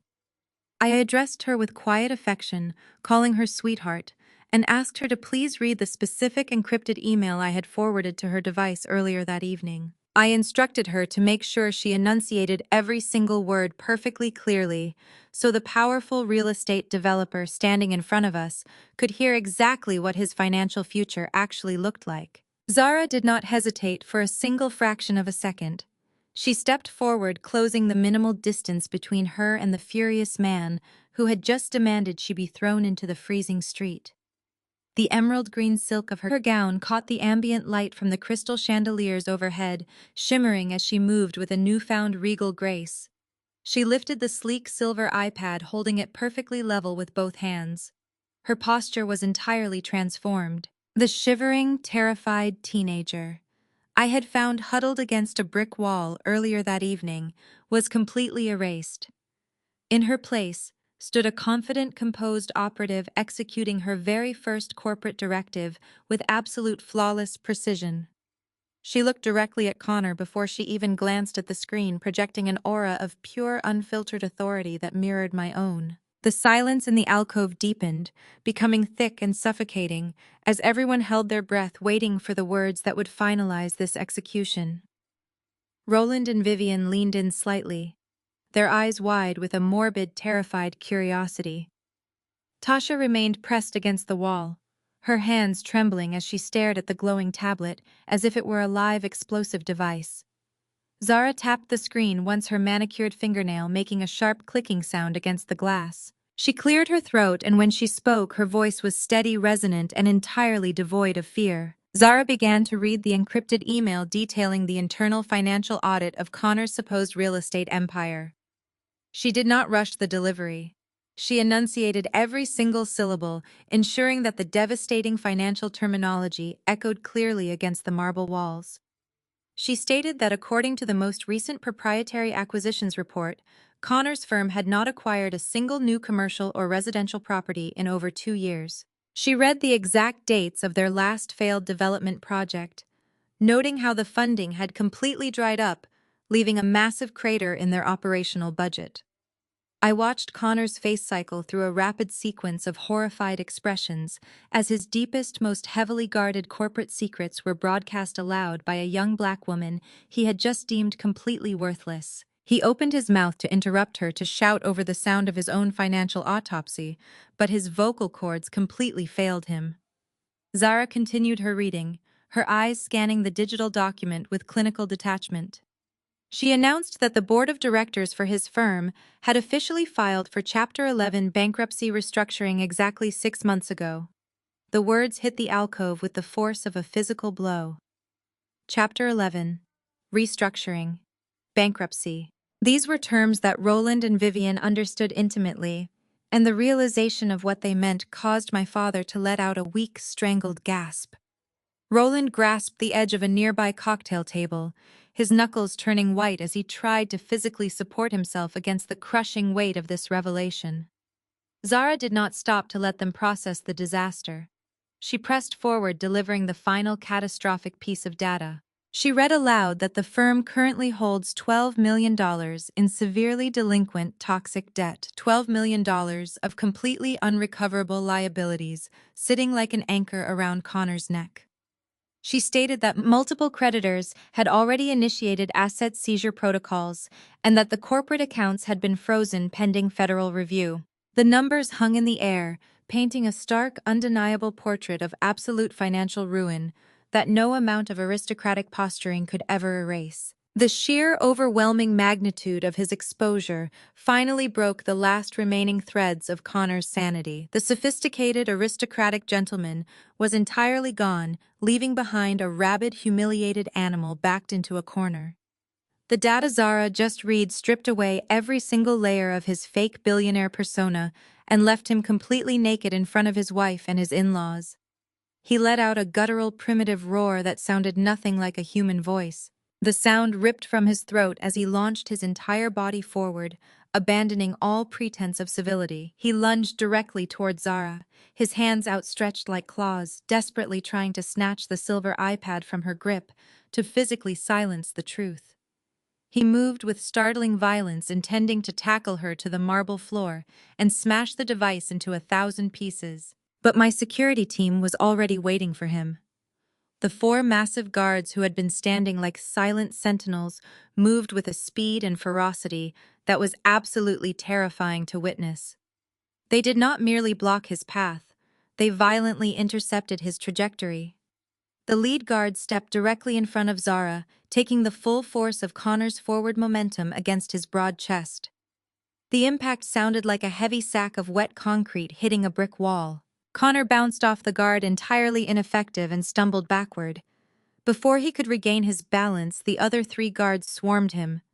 They grabbed his flailing arms, twisting them sharply behind his back, with practiced military precision. They forced him downward, pushing his chest violently against the cold marble floor of the alcove. The sharp sound of a knee hitting the ground echoed through the space as one of the guards pinned Connor's legs while the others locked his upper body in an inescapable submission hold. Connor thrashed wildly against the polished stone, his face pressed uncomfortably against the hard surface. His expensive tuxedo jacket bunched up around his shoulders, the seams audibly popping under the strain of his frantic movements. His carefully styled hair fell into his panicked, sweating eyes, completely ruining the pristine image he had maintained all evening. His shiny leather dress shoes scuffed uselessly against the marble floor as he tried to find purchase, trying to kick his way out of the suffocating grip of the guards. He looked entirely pathetic, stripped of his dignity, his wealth, and his physical autonomy in a matter of seconds. He was gasping for air, his chest heaving against the floor as the heavy boots of the security guards kept him firmly immobilized. He let out a string of muffled curses, his voice cracking under the intense physical pressure of the restraint. He looked absolutely nothing like the powerful aristocratic provider my parents had worshipped. He looked like a common criminal, a desperate fraud caught entirely in the act of his own destruction, groveling on the floor of a club he did not own. The physical takedown of the golden son-in-law completely broke whatever remaining sanity Tasha possessed. She let out a piercing, horrific scream that tore through her throat and fell to her knees beside the velvet curtain. She did not rush forward to help her husband. She did not yell at the guards to let him go or attempt to pull them off his struggling body. She simply collapsed under the crushing weight of her ruined life. She stared at the man pinned to the floor, realizing that the luxurious future she had sacrificed her own sister to secure was nothing but a massive toxic lie. She was married to a violent bankrupt fraud, who was currently being restrained like a violent trespasser inside a club he could not even afford to walk past. The reality of her impending social exile hit her with staggering force. Her friends, the country club memberships, the luxury vacations, they were all built on $12 million of imaginary money. Her tears ruined her expensive designer makeup, leaving dark streaks of mascara running down her cheeks as she openly wailed in absolute despair, pressing her face into her hands as she rocked back and forth on the floor. Vivian and Roland watched the scene unfold with eyes so wide they looked like they might permanently freeze in that expression of pure shock.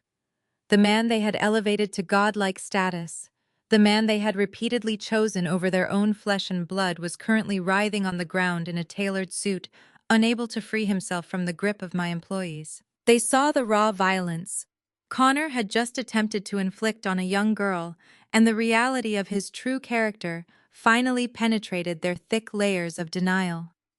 They had bet their entire social standing, their family legacy, and their very souls on a man who possessed exactly $12 million of toxic debt and 0 ounces of self-control. Their golden ticket to high society was currently grunting and struggling on the cold, hard marble. I stood over the chaotic scene, watching the man struggle against my security guards. I looked at my sister weeping on the floor, and my parents trembling in the corner, entirely paralyzed by the consequences of their own shallow greed. The magnificent, flawless execution of this data-driven destruction filled me with an immense, serene satisfaction.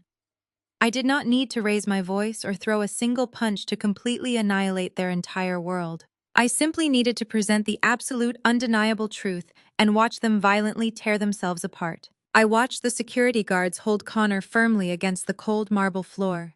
His desperate grunts and the pathetic scuffling of his expensive shoes against the stone were the only sounds filling the alcove.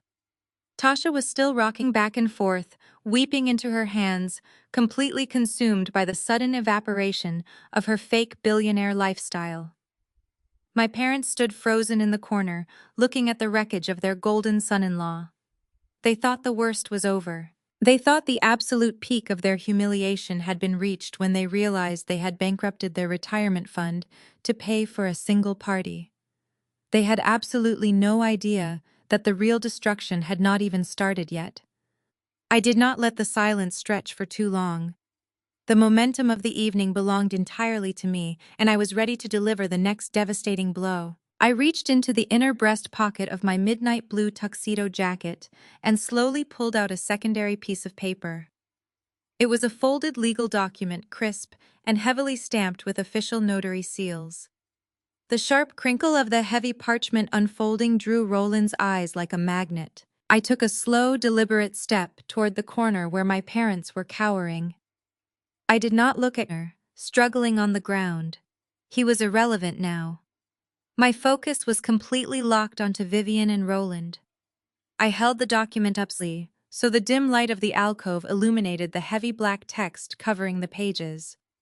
I asked them a very simple, direct question. I asked Roland and Vivian if they ever bothered to read the fine print on that massive, lucrative commercial investment opportunity Connor had them sign exactly 14 months ago. The question hit Roland like a physical jolt. His eyes widened and his hand instinctively went to his chest. He stammered that it was a secure family trust maneuver. He insisted that Connor was simply allowing them to buy equity into one of his premier commercial developments before it went public so they could double their retirement savings within 5 years. Vivian nodded frantically beside him, her voice trembling as she defended the decision. She claimed they were just securing the family legacy, making sure they had enough wealth to match the aristocratic circles they were finally entering. They looked at me with a mixture of desperate defiance and creeping terror, praying that I was just trying to scare them with empty threats. I did not raise my voice, but the cold, clinical precision of my words cut through their pathetic defenses like a scalpel. I told them that Connor never gave them a single ounce of equity in any commercial development.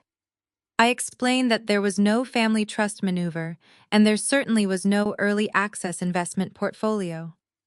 I looked down at the document in my hands and began to read the specific legal clauses they had blindly signed without consulting an independent attorney. I narrated the exact financial mechanics of the trap they had eagerly walked into.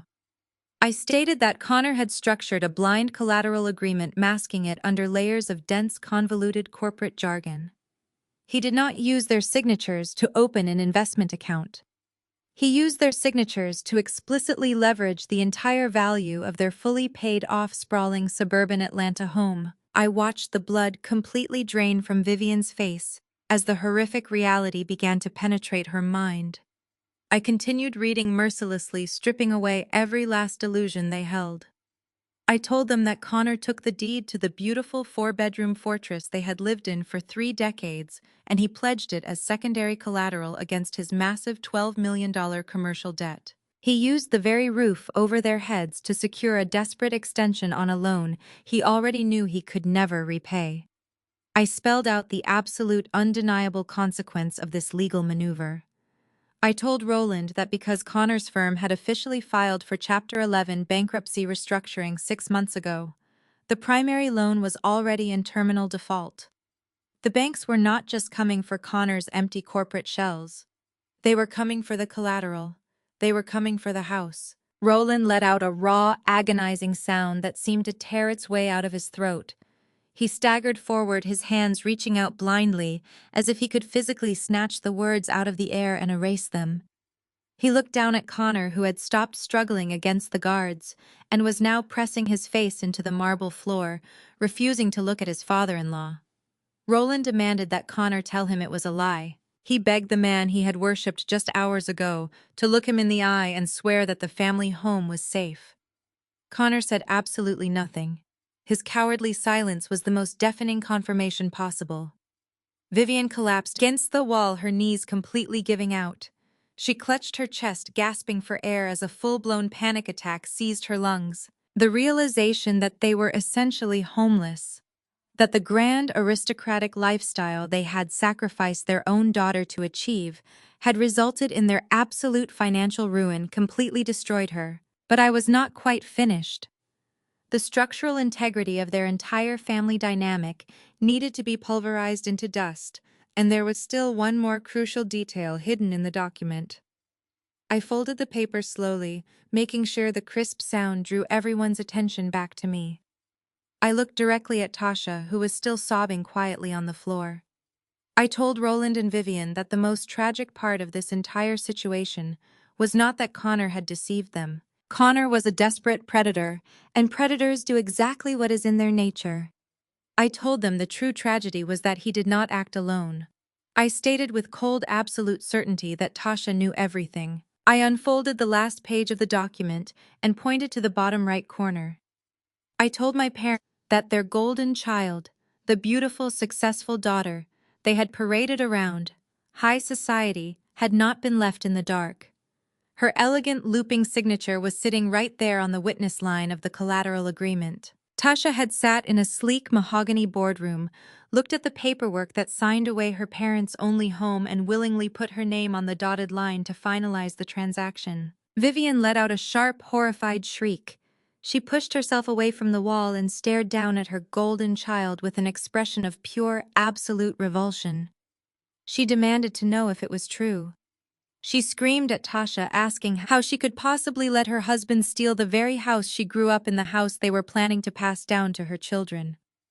Roland stood completely frozen, his eyes locked onto his eldest daughter, waiting for a denial that never came. Tasha could not hide behind her tears anymore.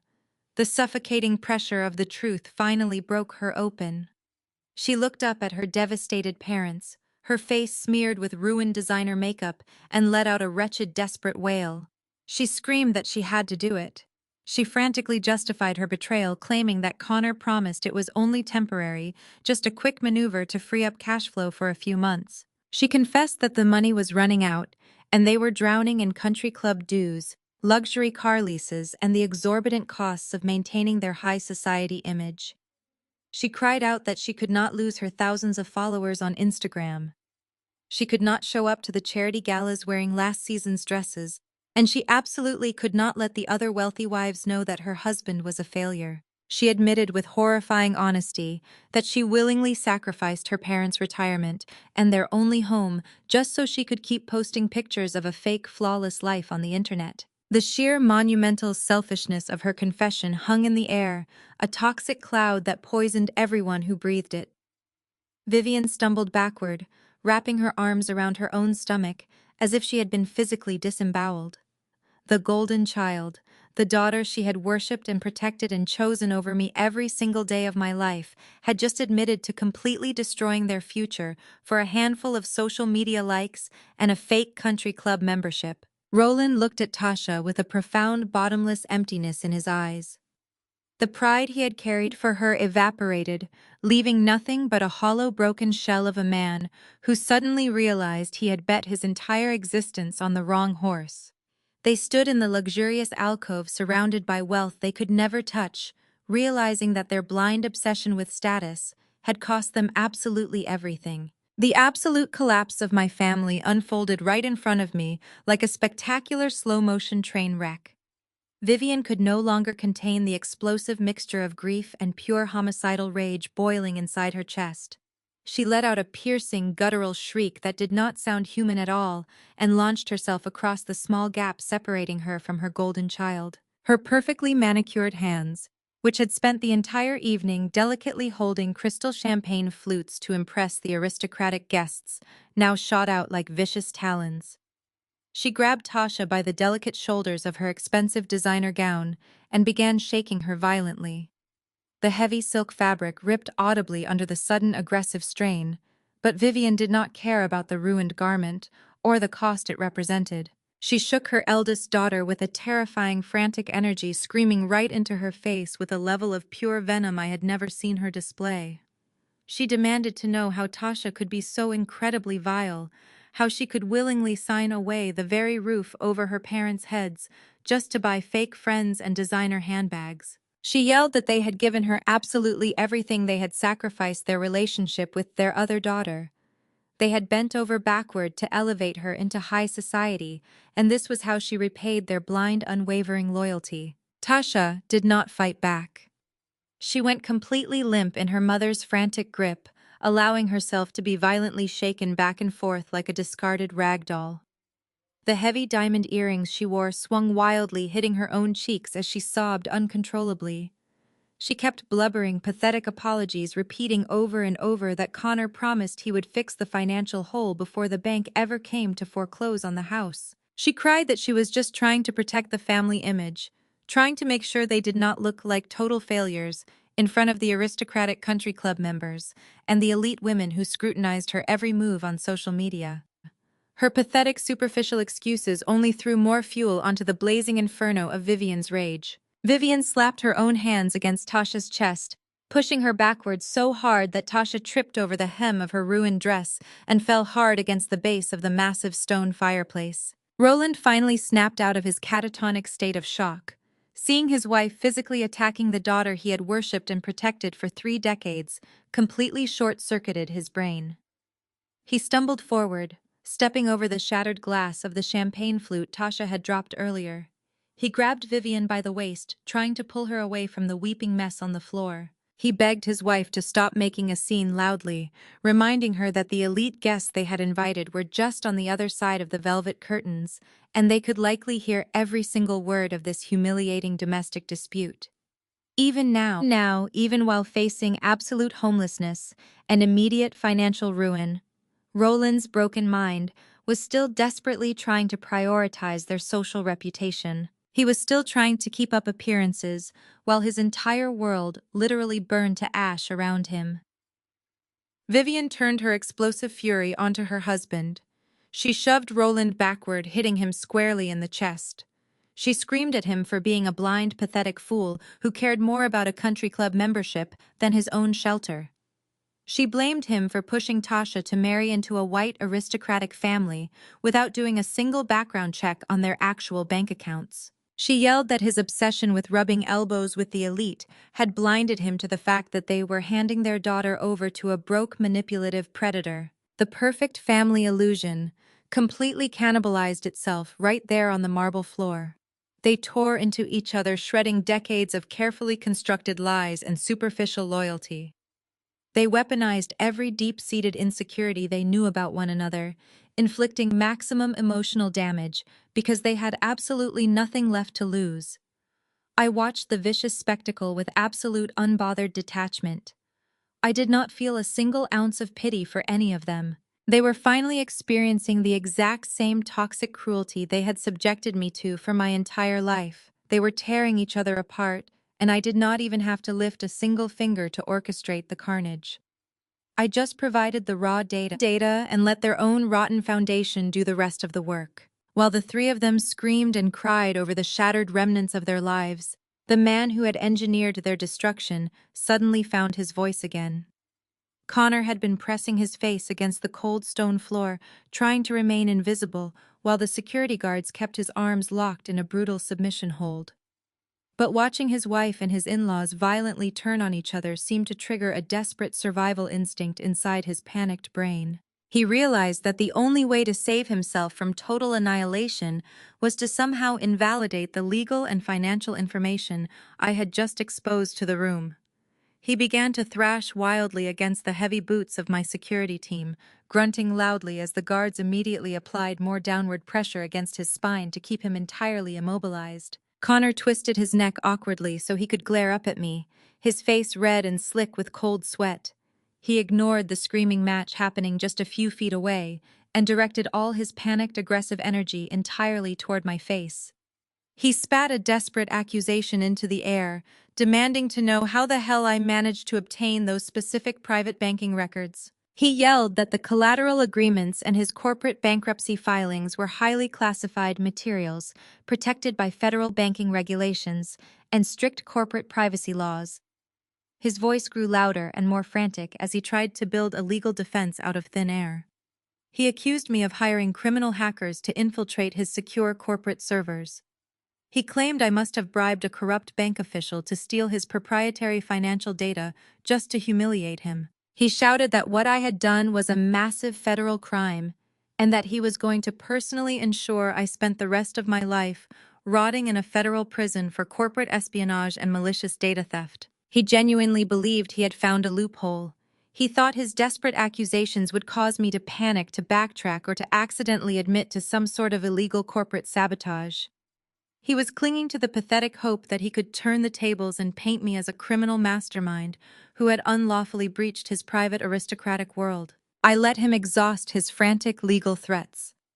I listened to his desperate screaming without changing my expression or breaking eye contact.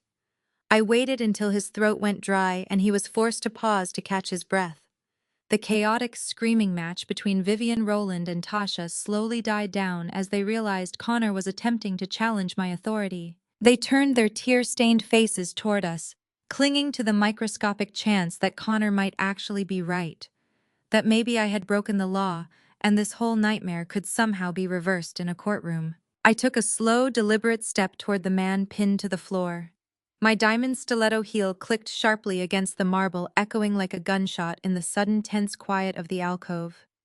I stepped so close to Connor that the tip of my shoe was mere inches from his sweating nose.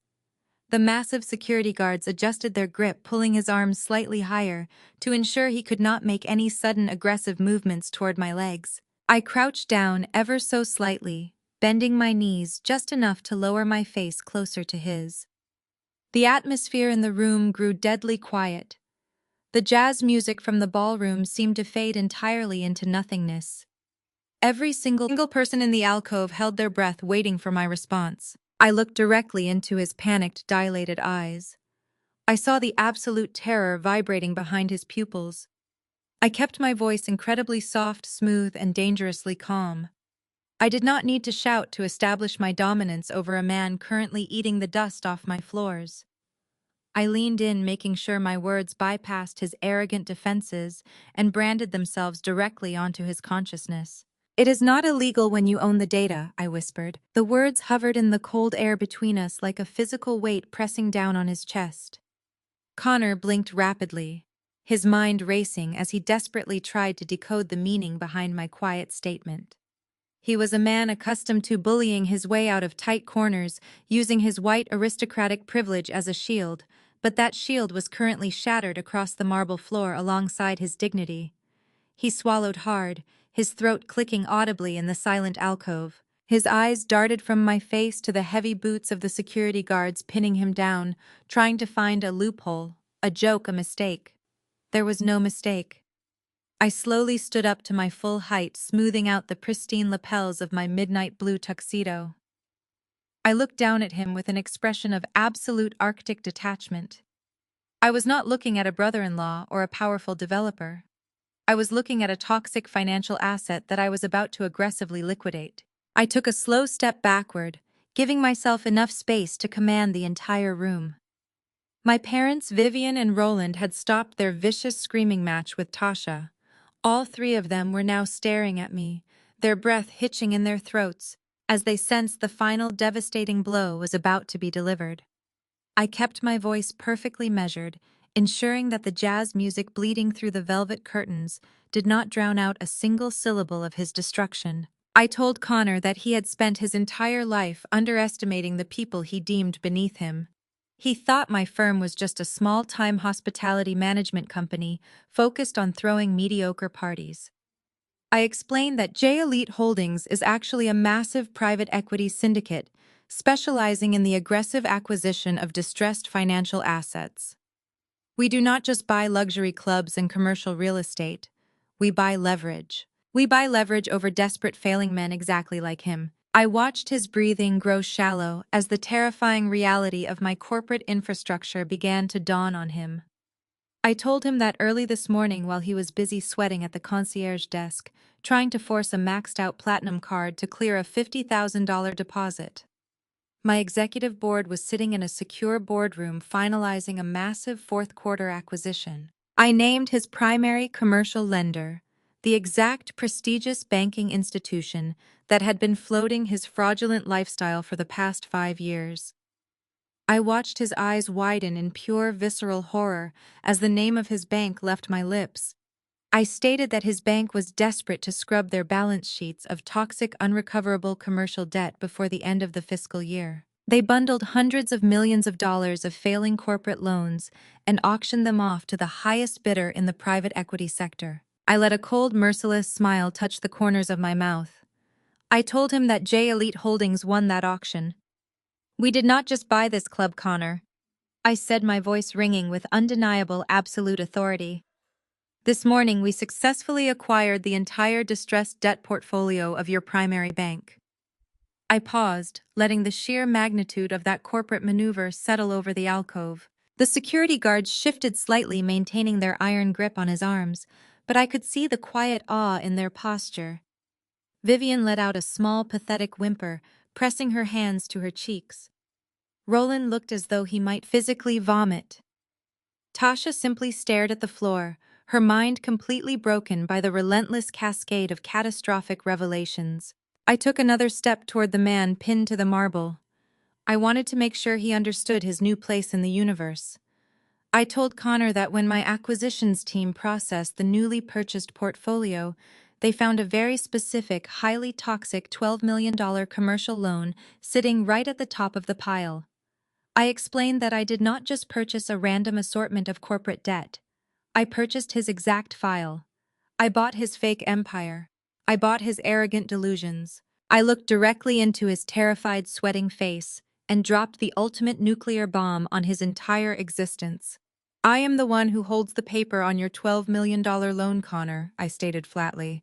I am your sole creditor. The absolute peak of the tragedy finally registered in his eyes. The man who had ordered me to take $500 and a dirty street kid out of his sight was now literally owned by me.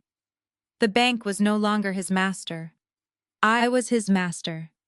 I controlled the puppet strings of his entire financial reality, and I had zero intention of showing him even a fraction of the mercy he had denied me. He let out a pathetic whining sound, struggling weakly against the guards, as if he could somehow physically escape the invisible chains I had just wrapped around his neck. He tried to speak to formulate a sentence about his Chapter 11 bankruptcy protections, but I cut him off immediately. I told him not to bother citing federal restructuring laws to me. I explained that Chapter bankruptcy requires the majority approval of the primary creditors to extend payment timelines and allow the failing company to reorganize its debts. I told him that as of 9:30 this morning, his sole majority creditor had officially reviewed his request for a grace period. I leaned forward slightly, ensuring my voice carried the heavy, lethal weight of a judge's final gavel. I told him that I had explicitly and permanently denied his restructuring extension. I rejected his plea for mercy. There would be no reorganization. There would be no grace period. I am accelerating the debt. I whispered the words, slicing through the heavy air of the alcove like a freshly sharpened guillotine blade. I am calling the entire $12 million loan due immediately. I watched his body go completely slack against the floor, all the fight draining out of him, as the fatal reality of his situation crushed his spirit. I did not stop there. I proceeded to list exactly what the acceleration of his debt actually meant in practical, devastating terms. I told him that my legal team had already filed the asset seizure protocols with the federal courts. I am foreclosing on absolutely everything, Connor, I said.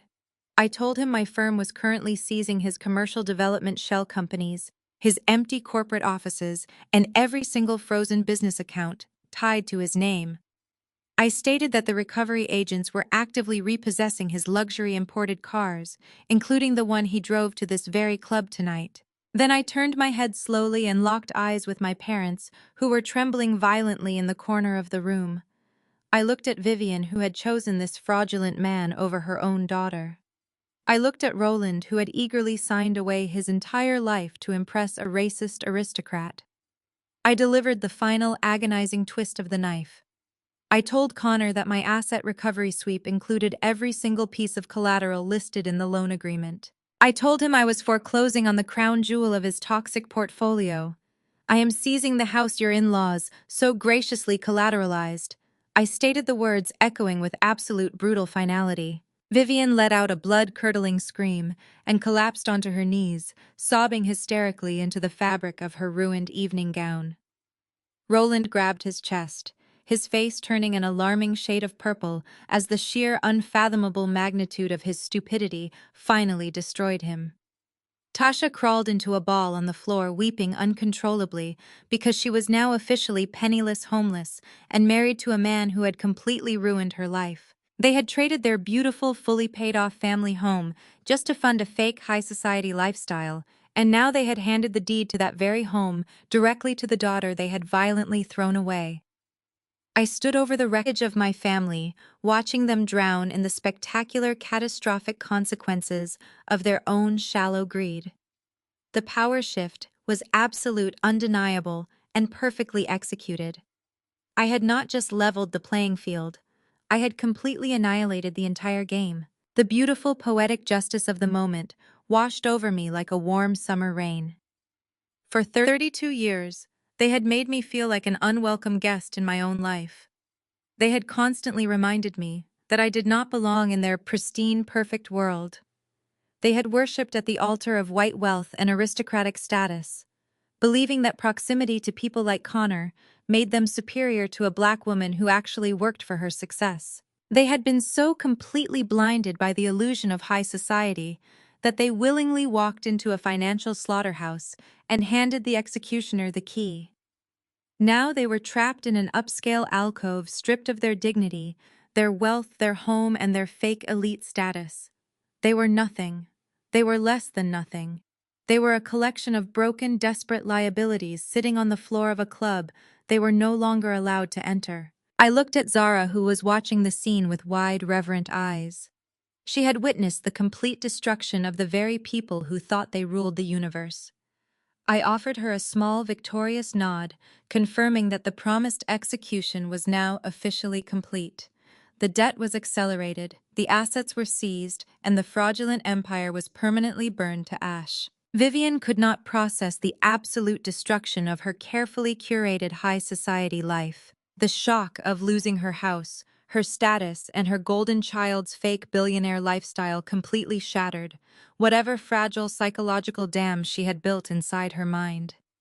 She dropped her hands from her face and looked up at me, her eyes bloodshot and swimming with frantic, calculating desperation.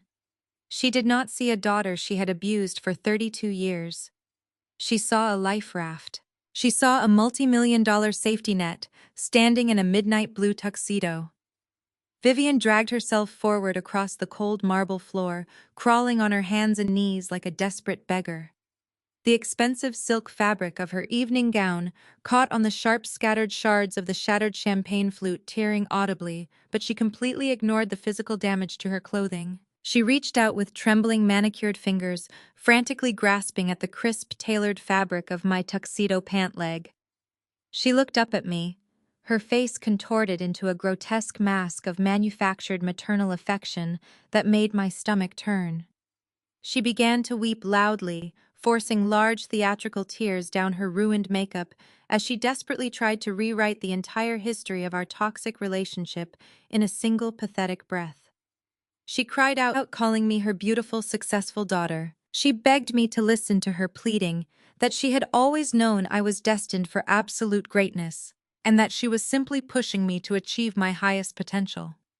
She sobbed that a mother never truly stops loving her child, and that she was so incredibly proud of the massive corporate empire I had built in secret. The sheer audacity of her groveling, the blatant nauseating opportunism dripping from her desperate words, made the air in the alcove feel instantly toxic and utterly unbreathable.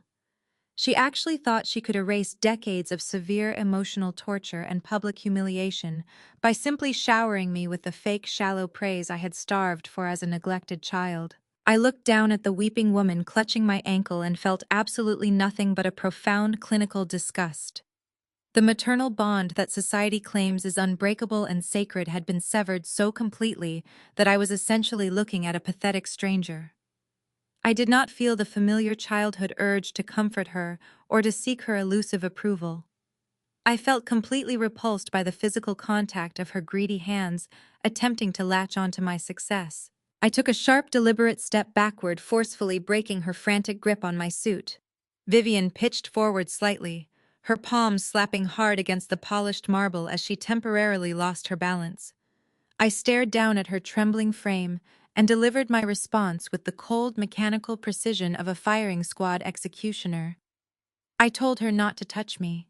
I kept my voice dangerously low, ensuring that the absolute venom in my words pierced directly through her hysterical sobbing. I stated unequivocally that she did not get to play the role of the proud, loving mother, now that her chosen aristocratic champion had been exposed as a bankrupt, fraudulent predator. I reminded her of the brutal, unvarnished reality she was trying so desperately to manipulate and ignore. I told her that she made her permanent choice yesterday when she deliberately held Christmas dinner without me. I explained that she had actively chosen to lock me out of her family and her heart when she thought I was nothing but a low-level, embarrassing failure, and she was going to have to live with the permanent, catastrophic consequences of that exact choice. There would be no tearful reconciliation, no magical forgiveness, and absolutely no financial rescue from the very daughter she had so eagerly thrown away like garbage. Vivian let out a devastated wail, clutching her chest, as if my words had physically stopped her heart from beating. Roland stood completely paralyzed in the corner, unable to muster a single ounce of courage to defend his wife or confront the monster he had helped create. Tasha remained curled in a tight ball of ruined silk and despair, utterly broken by the crushing revelation of her impending poverty and social exile. Connor was still firmly pinned to the floor by the heavy boots of my security team, his arrogant, violent threats completely silenced by the terrifying weight of his accelerated $12 million debt. I had seen enough of their pathetic unraveling. The atmosphere in the private alcove was heavily saturated with the stench of their toxic failure, and I was entirely finished breathing it in. I turned my attention back to the head manager, who was standing at perfect rigid attention, waiting for my final operational directive. I pointed a single manicured finger at the four miserable broken people occupying my private space. I instructed the manager to clear the hazardous trash from my property immediately. I ordered the security guards to pick them up and physically remove them from the premises, but I specifically mandated that they were absolutely not to be escorted out through the grand foyer or the main crystal lobby. I told the manager to drag them down through the industrial catering kitchens and throw them out the back service exit directly into the freezing Atlanta snow. I wanted the final enduring memory of their elite high society Christmas gala to be the absolute degrading humiliation of being tossed into a dirty service alley meant for the hired help. The security guards moved with ruthless, unquestioning military efficiency. They hauled a struggling, groaning Connor to his feet, twisting his arms sharply behind his back and marching him forcefully toward the hidden service doors. The remaining guards grabbed Vivian, Roland, and Tasha without an ounce of gentleness. Tasha slipped on the smooth marble, her heels dragging uselessly behind her, as a massive guard pulled her by the arm. Roland shuffled forward like a broken zombie, completely devoid of his former booming arrogance. Vivian screamed and kicked, fighting against the inevitable reality of her expulsion. But the guards simply dragged the weeping, struggling family members out of the alcove and down the narrow concrete back hallways. The sounds of their frantic protests, their desperate pleading, and their hysterical sobbing faded rapidly as the heavy steel service doors swung shut behind them, sealing them out of my world forever. The velvet-draped alcove was suddenly incredibly quiet, the oppressive, suffocating tension vanishing the exact moment they were physically removed from the building. I let out a long, slow breath, feeling the residual adrenaline slowly drain from my system, leaving behind a crystalline sense of pure peace. The heavy, suffocating burden of my toxic family history had been completely, violently eradicated in a single masterful stroke. I turned away from the empty space where my abusers had just been groveling and focused my entire attention on the young woman standing faithfully by my side. Zara was holding the silver tablet securely against her chest, her dark eyes wide with awe as she processed the absolute flawless execution she had just witnessed. She had played her part perfectly, holding her ground against terrifying people who had spent their entire privileged lives crushing anyone they deemed inferior. I walked over to her and gently draped my arm around her shoulders, pulling her into a warm, protective embrace. The stark, jarring contrast between the icy, ruthless destruction I had just unleashed on my blood relatives and the genuine, tender affection I showed. This homeless teenager was the final, profound shift in my reality. I looked at her striking face illuminated by the soft golden alcove lighting and smiled a real, authentic, joyful smile. I told her Merry Christmas. I instructed her to go back to my luxury penthouse, get some well-deserved rest, and wait for the mailman in the morning.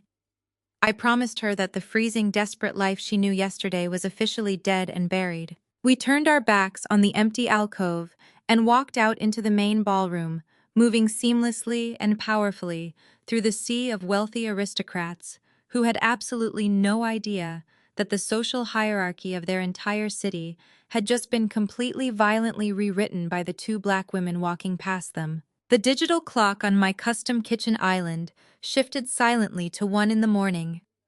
The chaotic, suffocating atmosphere of the Obsidian Club felt like it existed in another lifetime entirely. I stood in the center of my sprawling 2-story penthouse, looking out through the massive floor-to-ceiling glass windows. The entire glittering skyline of Atlanta stretched out beneath me, like a sea of quiet golden lights blanketed by the gentle falling snow. Inside, the climate control kept the ambient temperature perfectly warm and inviting. The air smelled of rich dark chocolate and fresh pine needles. I walked over to the marble counter and picked up two oversized ceramic mugs filled with steaming hot cocoa. I handed one to Zara, who was sitting cross-legged on the plush cream-colored rug. She had changed out of the emerald silk gown and was now wearing a pair of incredibly soft cashmere lounge pants and a thick oversized knitted sweater. She looked incredibly young and finally completely safe. She took the warm mug with both hands, letting the heat seep into her freezing skin. We had spent the last 2 hours transforming the massive real Douglas fir tree standing in the center of the living room. My executive assistant had arranged for the tree to be delivered earlier in the week, but I had specifically asked for it to be left completely bare. I wanted to decorate it myself. Zara and I methodically unpacked boxes of hand-blown glass ornaments, hanging them carefully on the thick green branches. It was the most peaceful, quiet holiday experience I had ever participated in.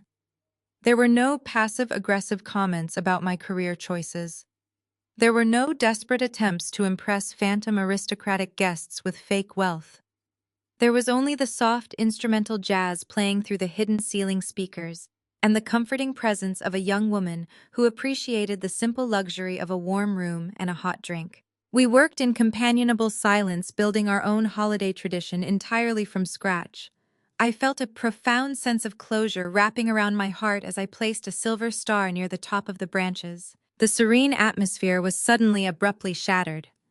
My personal cell phone, which was resting on the marble kitchen island, began to vibrate violently against the stone surface. The harsh mechanical buzzing sound cut through the soft jazz music like a jagged knife. I slowly walked over to the counter and looked down at the glowing screen. The caller ID displayed Vivian's name in bright, stark letters. The woman who had proudly declared that everything was easier without me. There was now desperately trying to breach the protective walls of my sanctuary. I stared at the glowing letters, feeling absolutely no compulsion to answer the device. I picked up the phone, intending to silence the incoming call permanently and throw the device into a drawer. But then I paused. I looked over at Zara, who was watching me with wide, curious eyes. She knew exactly who was calling, and she understood the heavy significance of the moment.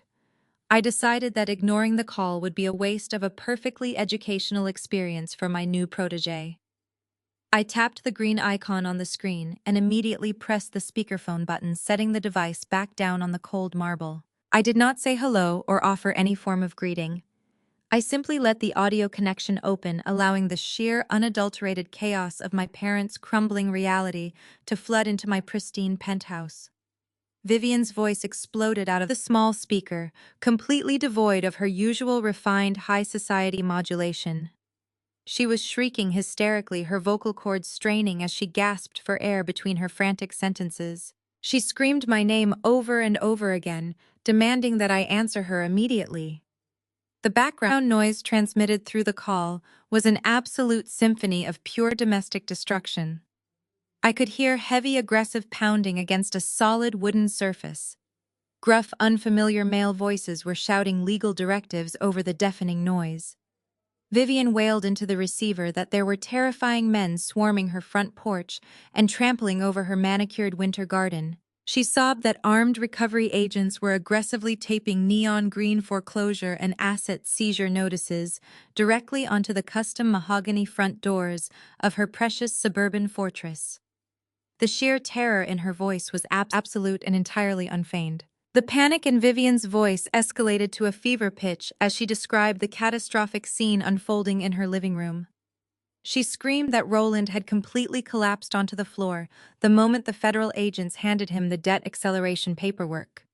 She frantically claimed that my father was currently clutching his chest, struggling to breathe as a severe panic attack violently overtook his nervous system. She begged me to call off the corporate dogs, insisting that Roland was going to suffer a fatal cardiac event if the seizure protocols were not halted immediately. I listened to her desperate pleading with absolute clinical detachment, feeling no urge whatsoever to dispatch medical assistance. The background audio provided even more delightful context to the collapse of their fraudulent empire. I heard the distinct sound of expensive luggage being zipped shut and dragged violently down a hardwood staircase.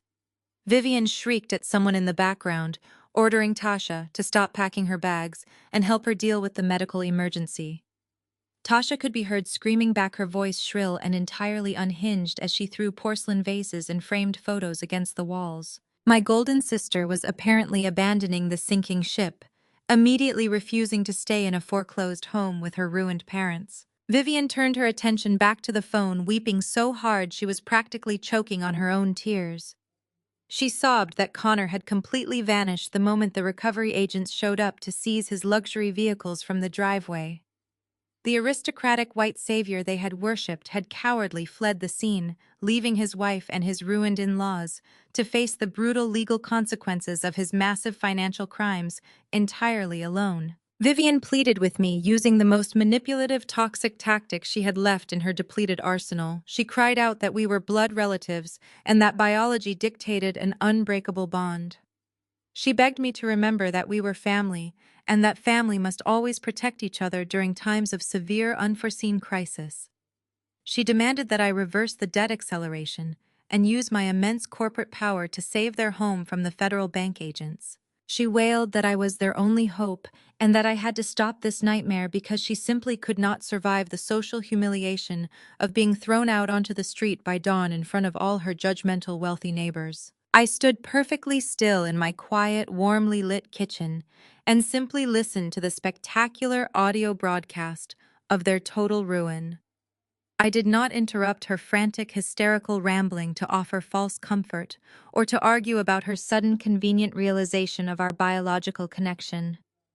I let every single desperate sob and every single background crash wash over me like a cleansing wave.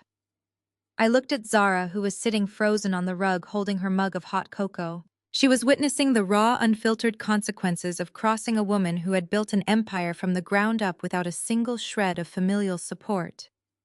The contrast between the absolute warmth of my penthouse and the freezing, terrifying chaos happening at my parents' house was incredibly stark and profoundly satisfying. They were currently experiencing the exact same terror and absolute abandonment they had subjected me to for 32 years. They were desperately begging for a lifeline from the very daughter they had violently pushed overboard just a few hours prior.